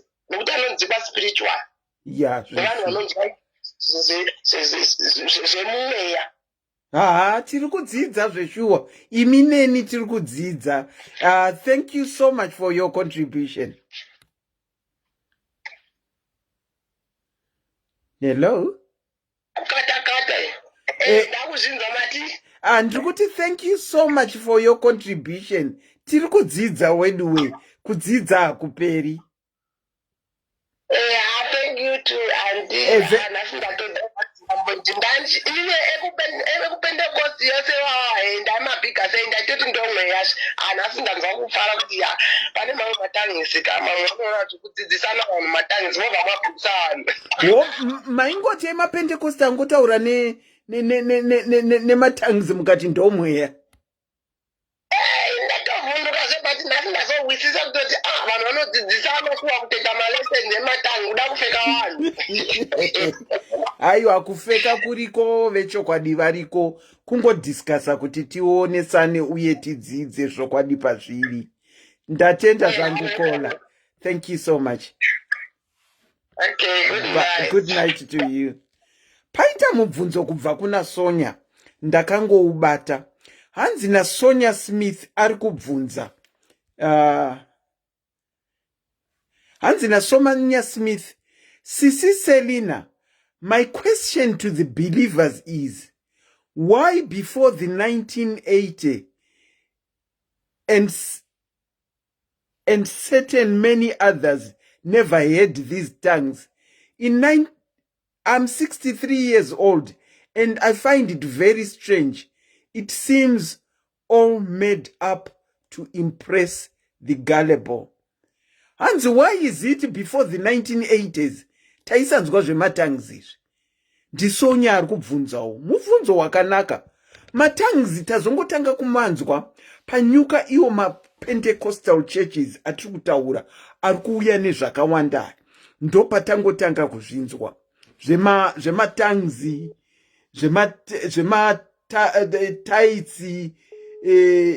taitsi nematalents zvakangowanda-wanda. Ndinokuchingamidzai pachirongwa. Kola, makadini mwana wangu? Ndiripo makadini Aunt Selina. Tiri nani. Tadzoka futi nhasi nechirongwa speaking in tongues. Inini I am a bit confused nenyaya iyi. Inini regai nditsanangurewo kuti chii chakaitika. Okay. My husband aka-invitiwa kuchechi nefriend yake kuchechi alright andichataura ngusita nefriend yake ndobva taenda kuchechi kuye kwaive nerevival. Okay. Saka tasvika kuchechi zvikanzi zvoni vese vasingatauri nendimi huyai apa. Handiti ndobva munoziva kuchechi zvimwe zvinhu zvinoitika zvamakutotanga nekuseka nega. Handiselina, munoziva pane zvinoitika kumachechi zvimwe zvekuti unozvipinza peer pressure wega. Isita tiri vanyowani, it was our first day kuenda ende tatangovhizitawo. Saka munoziva peer pressure yekunzi vese vasingatauri nendimi unobvofila kuti zvinenini ndikasara handitauri nendimi. Ndobva ndatoendawo payo. Aiwa, mufundisi vanamata, mufundisi mubva vanamata. Receive the Holy Spirit, receive the Holy Spirit. Vanhu vari pamasaidhi vatanga kutaura vachishimanda vachiita sei. Bva ndazokwerekanawo ndakushimanda. Inini manje pandiri confused handiselina ndepekuti kushimanda kwandaita uko handizivi kuti kwaive kushimanda kwekuti zveshuwa ndareceiva the tongues here kana kuti kwaive kushimanda kwepeer pressure kwekungoti vanhu vari kushimanda saka nenondofanira kudii kushimandawo. Saka inini pano ndiconfusa ipapo endiri vanhu handiti vanhu vanoti hanzizvoni matongues anodevelopa ukaramba uchitaura unogumisira but inini akangoramba ari ndiwayo kona zvakangopinda mumusoro musi uyoyo kona akadzika kana ari matongues kana chii I don't know kona akadzika matongues ndiwayo ndaitombosanganawo tichimboti ngatinamate unenge watopindwawo kamazvira mino zvazvinongoita so ngatinamatire matanzi but inini ndiwayo ende pamwe pacho ndizofila like ndinenge ndakufeka handiti because ndakuda kutrya kudevelopa meno kudevelopa angu matangs. I don't know kuti can I put it that way kuti kudevelopa angu. You want to change from, I wanted to change kana kuti to progress nematangs. Saka it confuses me kuti ndinyatsonzwisisa kuti did I receive ningirikini rinonzi chi did I receive matangs acho kana kuti yakangovewo peer pressure yekungoti munhu wese ari kutaura saka neno ndinotofana kutaura something. Was that the first and the last time that you ever spoke in tongues? That was the first time. Saka pandaenda kuchechi handiti panongonamatwa izvo ameno tiri kudzidza panaenda kuchechi panongonamatwa ukanzwa vamwe vakunamata nematangs ndaitraya kutaura matangs acho iwayo andakanga ndareceiva. Okay. Wow, I don't know what to make of what you are saying. Zvakutoda munhu vanoziva vakareceiva Holy Spirit dzinoenabla kuti vataure in tongues for them to clarify what you are saying. Saka munotaura nematongues here izvozvi? Andiselina ndakapedzera kudhara handidi kunyepa because I'm not sure. Handina chokwadi ndofunga ndakahakira zvataura umwe inonzi chii kuti pamwe ndakahakira saka I am not sure iko zvinezvi. It's an area yandiri kuda kutodzidzawo kuti ndinzwisise kuti chii chinoitika. But pane time yekuti tainamata ndichitaura whatever matangs acho iwayo Anselina. Pane pamwe pekuti you feel a certain presence iri. Handiti kuti pane presence yaMwari, you can feel presence yaMwari whether paitwa worship kana kuti paitwa chiya handiti. You can feel presence yaMwari. There were times pandaitaura matangs acho iwayo handiti and I could feel kuti there is a presence, pane presence iripo. Saka it still confuses me kuti ndinzwisise.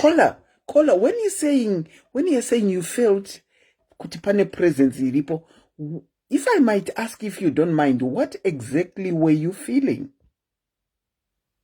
And Selina, it's a feeling that you cannot explain. Okay. But it's a good feeling, and it's a good feeling.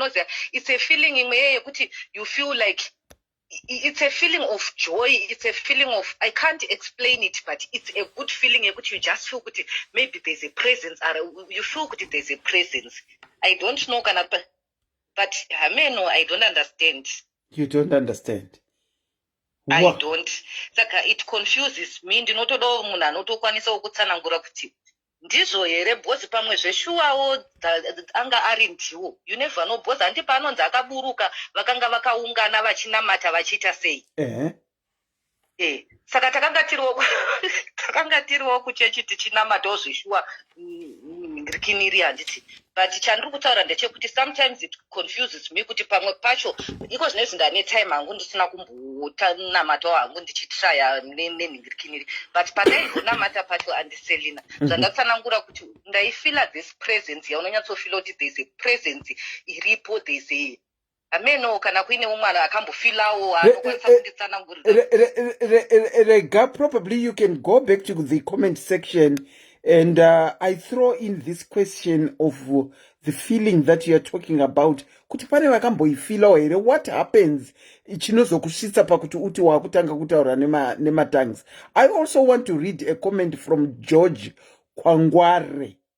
I would love George Kwangware to call in and anyatso explain zvaari kunyora.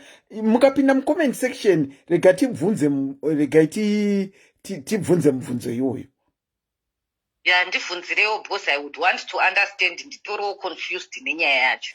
Thank you so much for calling. Let's hear what the others say about that. Thank you very much, Auntie Selina. Have a good night. A very good night to you. Wow. Hanzi Nakola paakatanga kutaura nendimi pachinzi begin to speak in tongues. She doesn't really know whether it was pressure because everyone else was speaking in tongues or not. But also there was this feeling that she felt that is unexplainable. Paakatanga kutaura nendimi. Can you relate to what she was saying? If you can, the number is pinned below. You can call. In fact, the numbers are pinned below. You can call and enlighten us.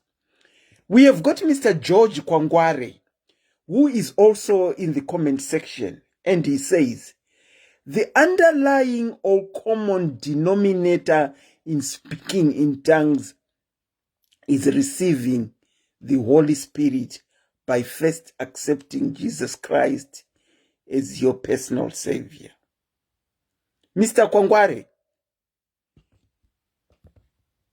ndikatongo accepta Jesus Christ as my personal Savior. Ndinotobva ndawana Holy Spirit here, ndinotobva ndatanga kutaura nematongues. Is that what you are saying? So we now have two questions. Ye mwana ari kuti akatanga kutaura nematongues, but haazi sure whether it was pressure, but she felt something that she felt. Unfortunately, that she's not able to explain. Pana akambofila all that. Kune vanotaura nendimi. I think in a uwandu hwedu tine vanotaura nendimi apa, and it looks like Mr. George can explain. The numbers are pinned below. Tidzidzisei, what is it that you feel? Kana wamu presence here, Holy Spirit, what do you feel that leads to enable you to speak in tongues? Unofila chi? Tidzidzisei vanhu vaMwari. Tidzidzisei. Number is pinned below. Yes, it's surrendering all to God and ask Him to take control. I do feel the stem and start bubbling uncontrollable. Huh? Cleo.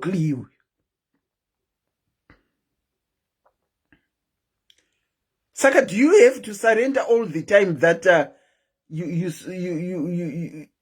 speak, you bubble uncontrollable? Saka, do you have to surrender all the time? What happens?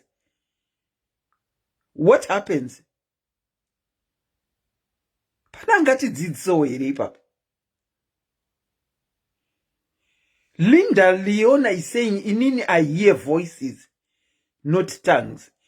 Linda, what voices do you hear? Mukoma George hanzi 49. Hanzi my feelings are ashande pakunamata. Linda, what voices do you hear? Unonzwa ma voices. Anenge achiti chii ma voices that you hear? Vanotaura nendimi vanoshimanda. When the Holy Spirit fills you, what is it that you remember for you to conclude that the Holy Spirit has led you? Has filled you? Because remember, kune vanhu vanoita zvechivanhu. Pane mweya yemadzinza kana yakutuguka. Wako mweya unotugukawo. Unohakira, mweya inohakira. Saka iziti hakirosi inenge ichiitwa nevanhu here? Call in and tell us. Linda Leona, yes, you can call. Feel free to call on any of the numbers that are pinned below. And according to South African history, people are forced. According to South African history, people were forced kugamuchira Jesu nema missionaries mavambirwo akaitwa China, China chemadzimai. Ndinokuchingamidzai pachirongwa kola. Welcome back. Yeah, ava vanotaura zvemavoices izvozvo vanenge like handiti kunonzi munhu ane mweya mutsvene usati wauya mweya mutsvene kunotanga kunouya mweya yetsvina kana usati watendeuka kuna Jesu. Zvaunenge uchinzwa zvese zviri zvapamwari. Jesu Mwari wokumusoro ndo paunozonzwa mavoices. Voices. It's like unokuudza kuti munhu uyu mubatsire kuti aite mwana, womubatsira asi womubatsira nenzira yawaudzwa nayo. Like zvinonyanya kuitika kana wanamata zvechokwadi like fasting chichi vanhu wozosvika pakuzoita mweya mutsvene. Mavoices aya akapera kunouya mweya mutsvene. Saka Linda Liona anonzwa mavoices imwe yetsvina kai. Aiwa isimwe yasina. Saka muri kuti ikona. Muri kuti Linda Liona wacho. Mukati? Ndini Linda Liona wacho. Aiwa, according to zvamuri kutaura imimi Linda Liona. Mati kana mavoices achiuya imwe yatsvinaka and then kozouya zvakachena pamberi after pemavoices ndo zvamataura. That before wabeliever muna Jesu. Siyana pane dzimwe nguva unongotipiwa zvaMwari, dzimwe nguva zvosangana nezvekwasatani. Kana wazobeliever kuna Mwari kunouya zvaMwari zvega. Uraiti. Mavoices asi mavoices ekuti bai uraya munhu kana kuti itori help yokuti unogona kunzi uyu munhu womunext kana kuti shamwari yako nhingi kana kuti hama yako nhingi mudze kuti aite soso pane accident inoda kuitika mudze kuti aite soso. Saka imimi ndo like saka muri murotswi kani kana muchinzwa mavoices ekuti shamwari yako pane accident ida kuitika muri murotswi kani.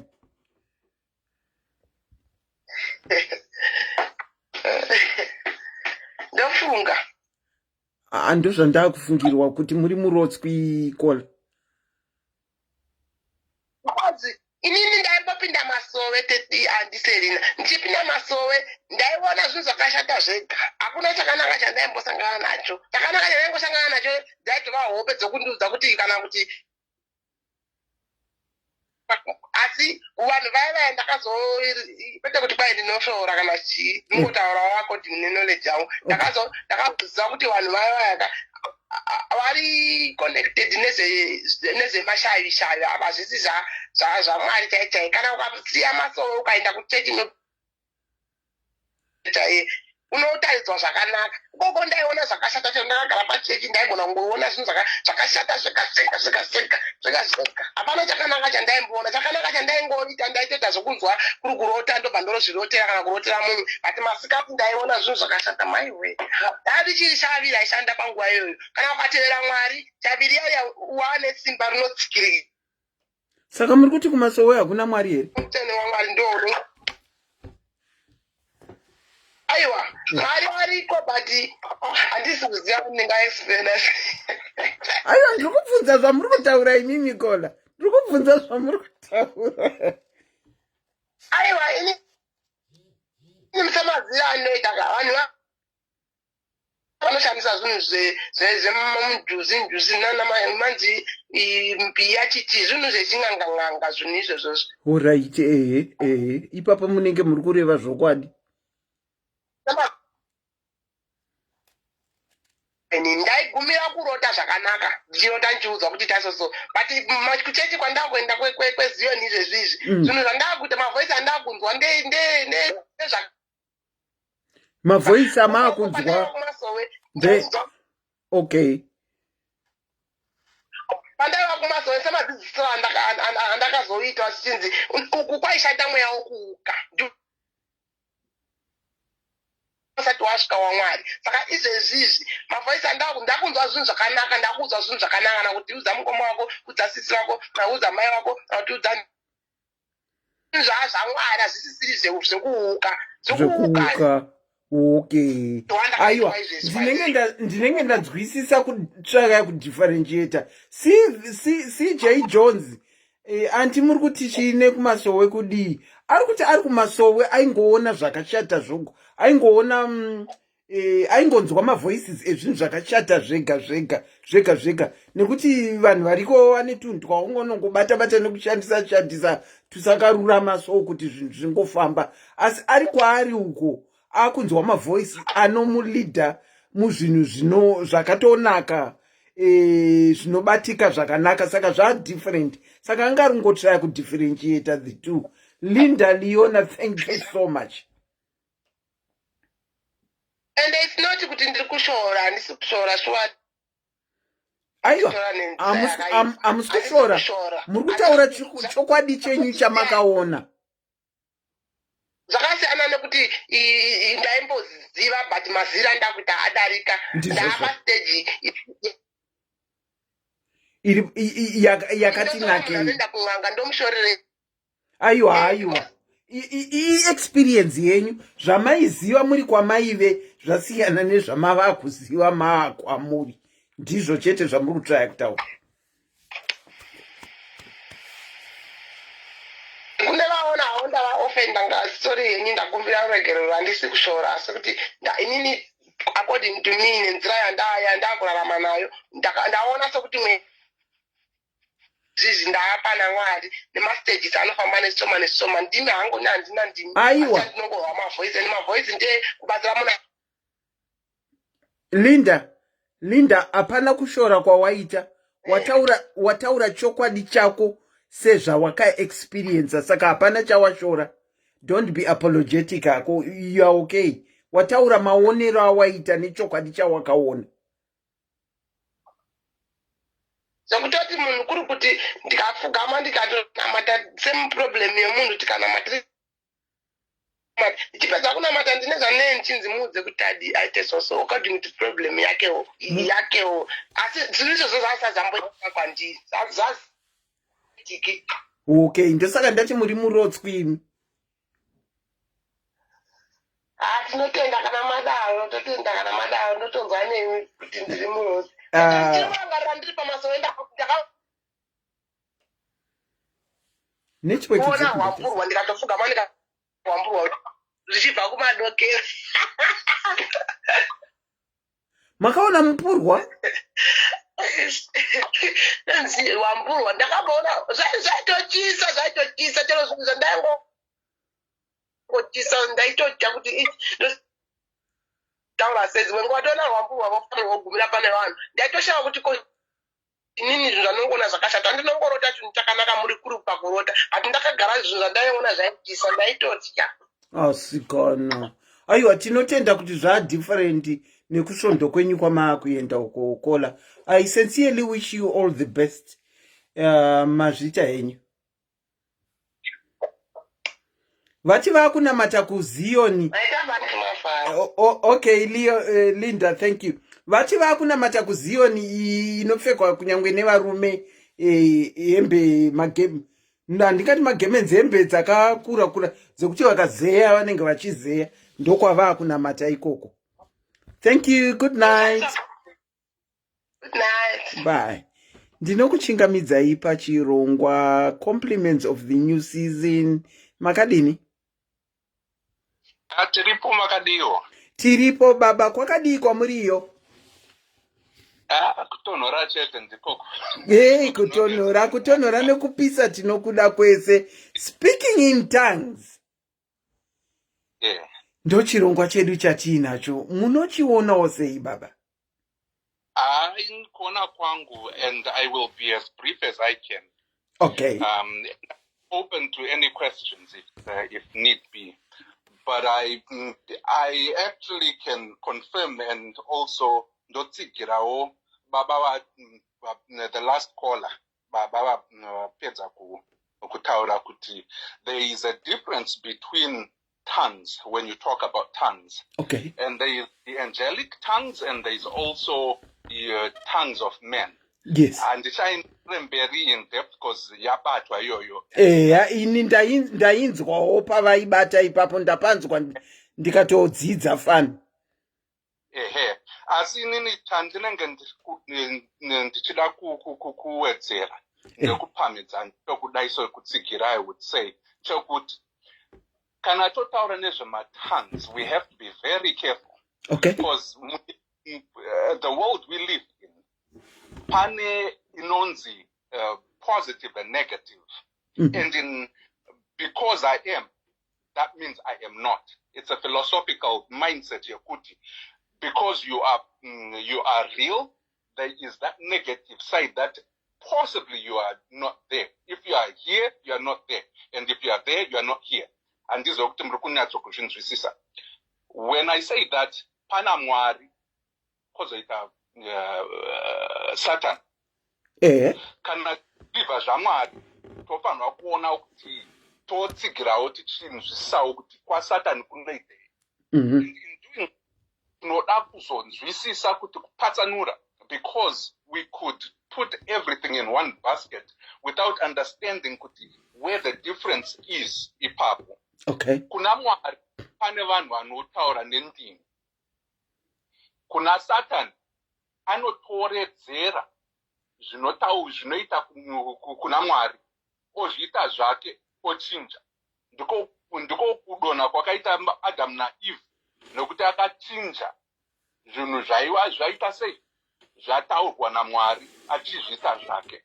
Okay. So if takanzwisisa ipapo ndokwanisa hangu kuenderera mberi. Okay, muri kuti kuna Sataniwo kune ndimi dziriko dzinotaurikwawo dzinotogona kukonfyuza vanhu vachifunga kuti indimi dziri kubva kuna Mwari. Ndizvo kana ndatadza kunzwa? Magona kunzwisisa ipapo. Okay. Tochienderera mberi. The reason why I wrote ndichiti you have to have a basis, a common denominator pakutaura nendimi kana muchitaura nezveChikristu. Nekuti hatichataure nezvekumwe kusaidi uko. Takutaura nezveChikristu tinofanwa taita, it's not my demands or my things that need to be there in order for A, B, and C to happen. It is just kunzwisisa kuti tiri kupi, which side are we on? Okay. Because tinokwanisa kujwenga tichifungira kuti tikuenda kuna Mwari isu tichiita zvinhu zvaSatan. Wow. Manzwisa. I'm getting you. So, the basis yekuti kunzwisisa kuti tatanga here kupindiridza mune zvinhu zvaMwari, tofanwa tichitenderawo sevanhu veChikristu kuti Mwari Jesu Kristu ndiye akafa pamuchinjikwa, ndiye Mwari wedu. Okay. That's the basis. All right. Tabva ipapo tinozonzwisisa kuti pakaenda Jesu achidzokera kudenga akati, I will give you a helper. Yes. And the helper is the Holy Spirit. Yes. Manzwa. Yes. Saka ndopa the second level yakunzwisisa kuti tiri kuita zvinhu izvi negwaro here, mugwaro raMwari kana kuti raSatan. Okay. That's the basis. Mabva kuna Mwari matendera kuti Mwari ndiye akatipira pamuchinjikwa, toziva kuti ndiye akatitumirawo Holy Spirit, mweya mutsvene, kuti ugare matiri kuti tiite mabasa ake. Then we go to speaking in tongues. That will be the third level. And we will know kuti at that point tiri kunzwisisa kuti ndizvo zvatiri kuita. Wow. Otherwise, zvimwe zvose izvika izvi tenge tonyeperana. Chokwadi. What I would then say to expand on that, tinenge toda kunzwisisa kuti speaking in tongues zvinorevei. And speaking in tongues, I would like to read my verses also I appreciate them. But let us then look at something finer about speaking in tongues as it talks of the personal person, Munu, Ariwe Eka, Ndakazmirira. Because there is a difference between speaking in tongues, Kuchechi, where there has to be an interpreter. And truly, if you speak in tongues, and nothing is interpreted, it's a gone, soundless, nothing. Yeah. But that's one thing. And yabatwa iyoyo zvakanaka nevanhu vanga vachitaura in the past, before me. Okay. But I want to concentrate on speaking in tongues as a personal edification process. Kune munhu uri wega, uneiwe naMwari wako. Okay. There is a difference in your personal private life. Yes. Is where I would like us to read Romans 8 verse 26. Romans 8 verse 26. Okay. Romans chapter 8 verse 26 comment section. Tikavhura mabhaibheri edu tichienderana nezvinenge zvichitaurwa pamachapter atinenge tavhura tinonzwisisana. Whereas ukasavhura bhaibheri rako uchasara uine mubvunzo pamwe zvanenge zvataurwa unenge usina kuzvinzwa. Romans chapter 8 verse 26. Okay, hande yedu baba. Ini ndinoverenga Bible neNew International Version. Hande inerenyu iroro. In the same way, the Spirit helps us in our weakness. We do not know what we ought to pray for, but the Spirit Himself intercedes for us through wordless groans. Manjwa. Chirungu icho.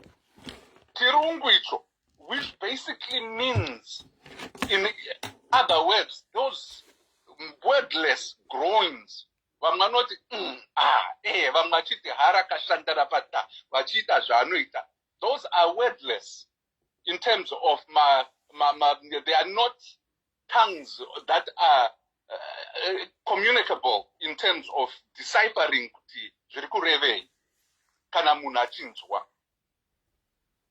It could be a way of saying ndarwadziwa pakati pehana pangu asi ndiri kuda kuitei kunamata asi handisi kunzwisisa kuti handizive kuti ndinganamata ndichiti chii kuti chandiri kuwana ichocho pandiri pano. How can I relieve that? That is where that Romans 8 verse 26 comes into play. Because ndatanga ndati chi, Holy Spirit is your helper. Pekutanga tabumirana. Ndiye auya mauri. And how does the Holy Spirit come into you? Vamwe vanoti unonamatirwa waiswa maoko pamusoro pako. Vamwe vanongoti unotenderawo kuti Mwari sezvo ndakutenderai imi Jesu tindipai mubatsiro wangu. And then anouya. Hatombononeke kuuya.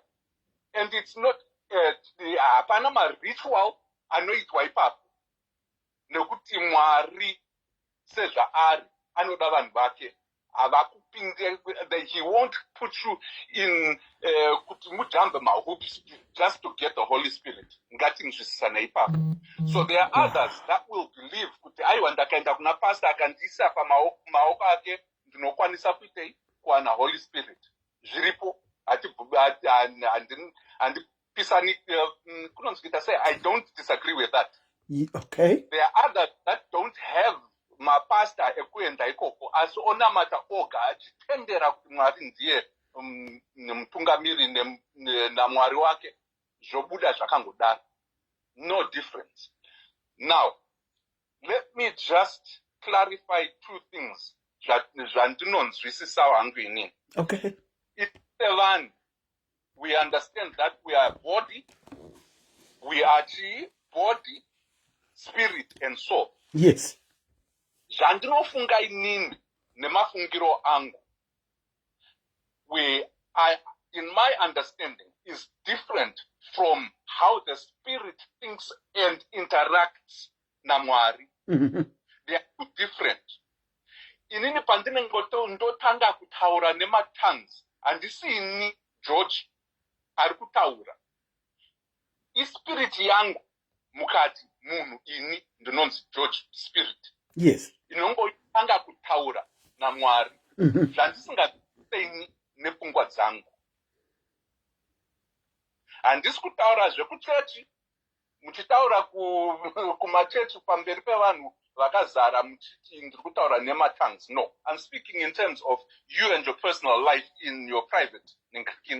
That's the essence here, Romans 8 verse 26 kuti ndinenge singanzwisise asi spirit yangu inoconnecta naMwari at a spirit level, and at that point you are connecting and talking with God the right way.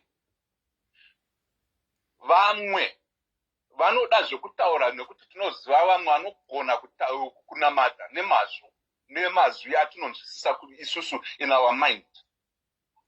That's also a way to communicate with God. And it's a certain different level of communication, as it is different in spirit and body. Nekuti as my body is, and my soul is, and then my spirit is, Jose, they conflict with each other, my spirit and my soul. My spirit wants, but my body or my soul is in conflict. Is weak. With it. Yeah. Is weak. Yeah. That's where the weakness comes in. Saka, Holy Spirit, inokubatsira, and ichitaura newe uchibatsira kunonzi kupira kuna Jesu, kuna Mwari, zvaunenge uchitaura, zvausinganzwisise nepfungwa dzako. That's why they say it is the simplest things that God has put on Bible that confounds the most intelligent people vanoda kutsanangudza Bible in a scientific and more philosophical, worldly way. It's only a matter of speaking in that tongue and letting the Holy Spirit speak through you. Kuti unamate nemazvo, spirit to spirit. And that's the difference. Okay. Saka kunamata kwatiri kutaura apa kuri kwema groans in words cannot express. It says, in the same way the Spirit helps in our weaknesses. We do not know what we ought to pray for, but the Spirit himself intercedes for us with groans that words cannot express. Saka, in this instance, if it can express in groans,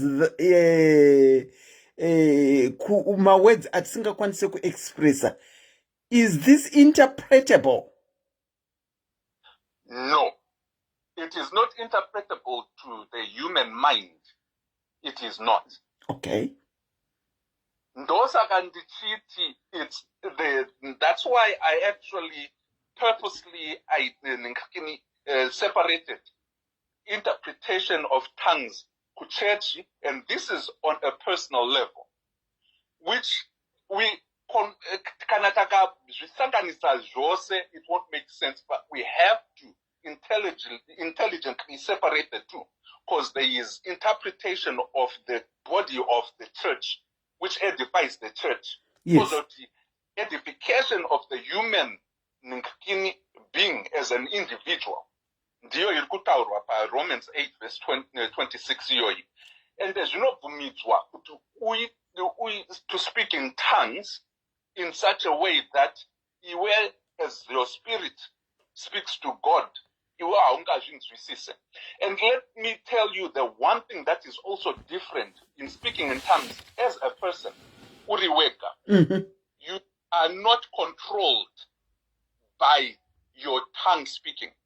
Unokwanisa kutotaura uchita ndimi dzako, and you still have thoughts in your head. Sorry. That's the difference between Can you repeat that, please? Okay. Speaking in tongues with the Holy Spirit interceding, the Holy Spirit will not put you in a trance.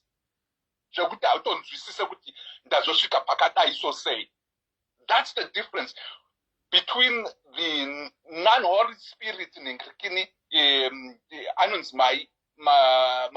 trance versus you speaking in tongues with the Holy Spirit guiding you. You still have control of your body, your emotions, your thoughts, but you're still speaking. Okay. I was I was peer pressured to end up to speak in tongues, and I kept on trying to modify my speaking in tongues. In the end, a different way of speaking rather than what I was hearing. You are not put in a trance that you autozone. That's totally different. And I myself would honestly say, on a personal note, and this was it's backed by the Bible here, but I would stay away, far away from that. Okay. That's the difference. Okay. Wow. Whew. Yeah, Mauya ne angle of enlightening us. Tari, personal prayer does not require interpretation. No. Yes, I do agree with you. It does not require interpretation at all. No. Wow. Baba, thank you so much. I don't know if you've got anything that you need to add. Well, I do have one thing to add. I heard, Kuti, there's this feeling of joy, of peace, of pleasure in the presence of God. I would want to also urge Kuti, don't look for that every time you are praying, you are trying to connect with God. Then we will be depressed and we won't get that good feeling. Oh yeah. God it is not evidenced kuti Mwari aripo nekuti you have a good feeling. Pakushowa pako ipapo Mwari aripo. Yeah, so true. do not musatye kuti ndina Mwari nhasi nekuti handina kufila that good feeling. That good feeling is there because sometimes anoda kuzivisisa kuti I am there and you are at peace. Yeah. But also he understands that munenga muchenda through difficult times. Yeah. And that peace is not there. Yeah. But he is still there. Saka, don't ever build your Christianity or your belief in his presence pakuti ndinenge nchinzwa certain feeling. Thank you so much, Baba George, for contacting and trying and expurgate more on the Nigirikini yenyu ya manga manyora. Muwanirwe nyasha, and may 2022 be a very good year for you and your family. And Thank you so much, Baba. Bye-bye. Bye. Wow. Zvinokomborera kana tichiona vanhu vechikuru vachiparticipatawo munyaya dzatinenge tiri kutaura. Hanzi namai makanaka. Understood. Wow. Kudzidza hakuperi. That is why I always say kuti, Auntie Selina, I don't pertain to know it all. I try and speak my mind. And I'm one person that always tends to be corrected. Ndatodzidzawo. Maona ndavhurirwa, ndaita kuvhurirwa magwaro. Until ndavhurirwa magwaro ekuti kune kunamata nendimi kwama angels nekwe men. I was adamant what I was saying was correct until I was proven otherwise by what is written in the Bible. It's always very important to put your mind across when we are doing a Bible study by referring to what is written in there. I know Mandy Flavor had points, but she wasn't able to convince me. Nekuti vanga vakanganwa mavhesi. But zvisinei zvavanga vari kutaura zvanga zvirizvo as well. And it turned out to convince me only when that gentleman brought vhesi randazobvumirana naro. I hope we have all learned today and we have picked something out of it. It's of paramount importance as munhu, dunga munhu, not kungotora zviri kutaurwa and you run along with that. It is very important kuti shoko rikaparidzwa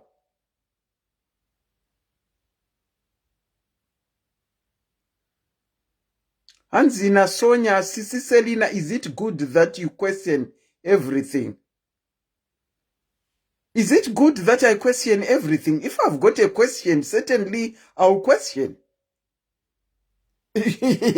Kana ndine mubvunzo inini hangu ndinobvunza rather than kuramba ndakanyarara ndisingabvunze mubvunzo. Inini I tend to ask everything. I tend to ask until I get the answer that I am satisfied with.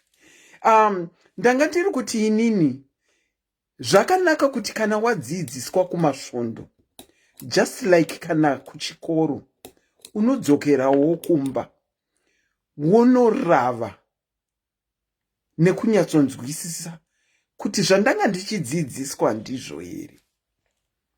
Chinhu chakanaka uye kuonesana chinhu chakanaka.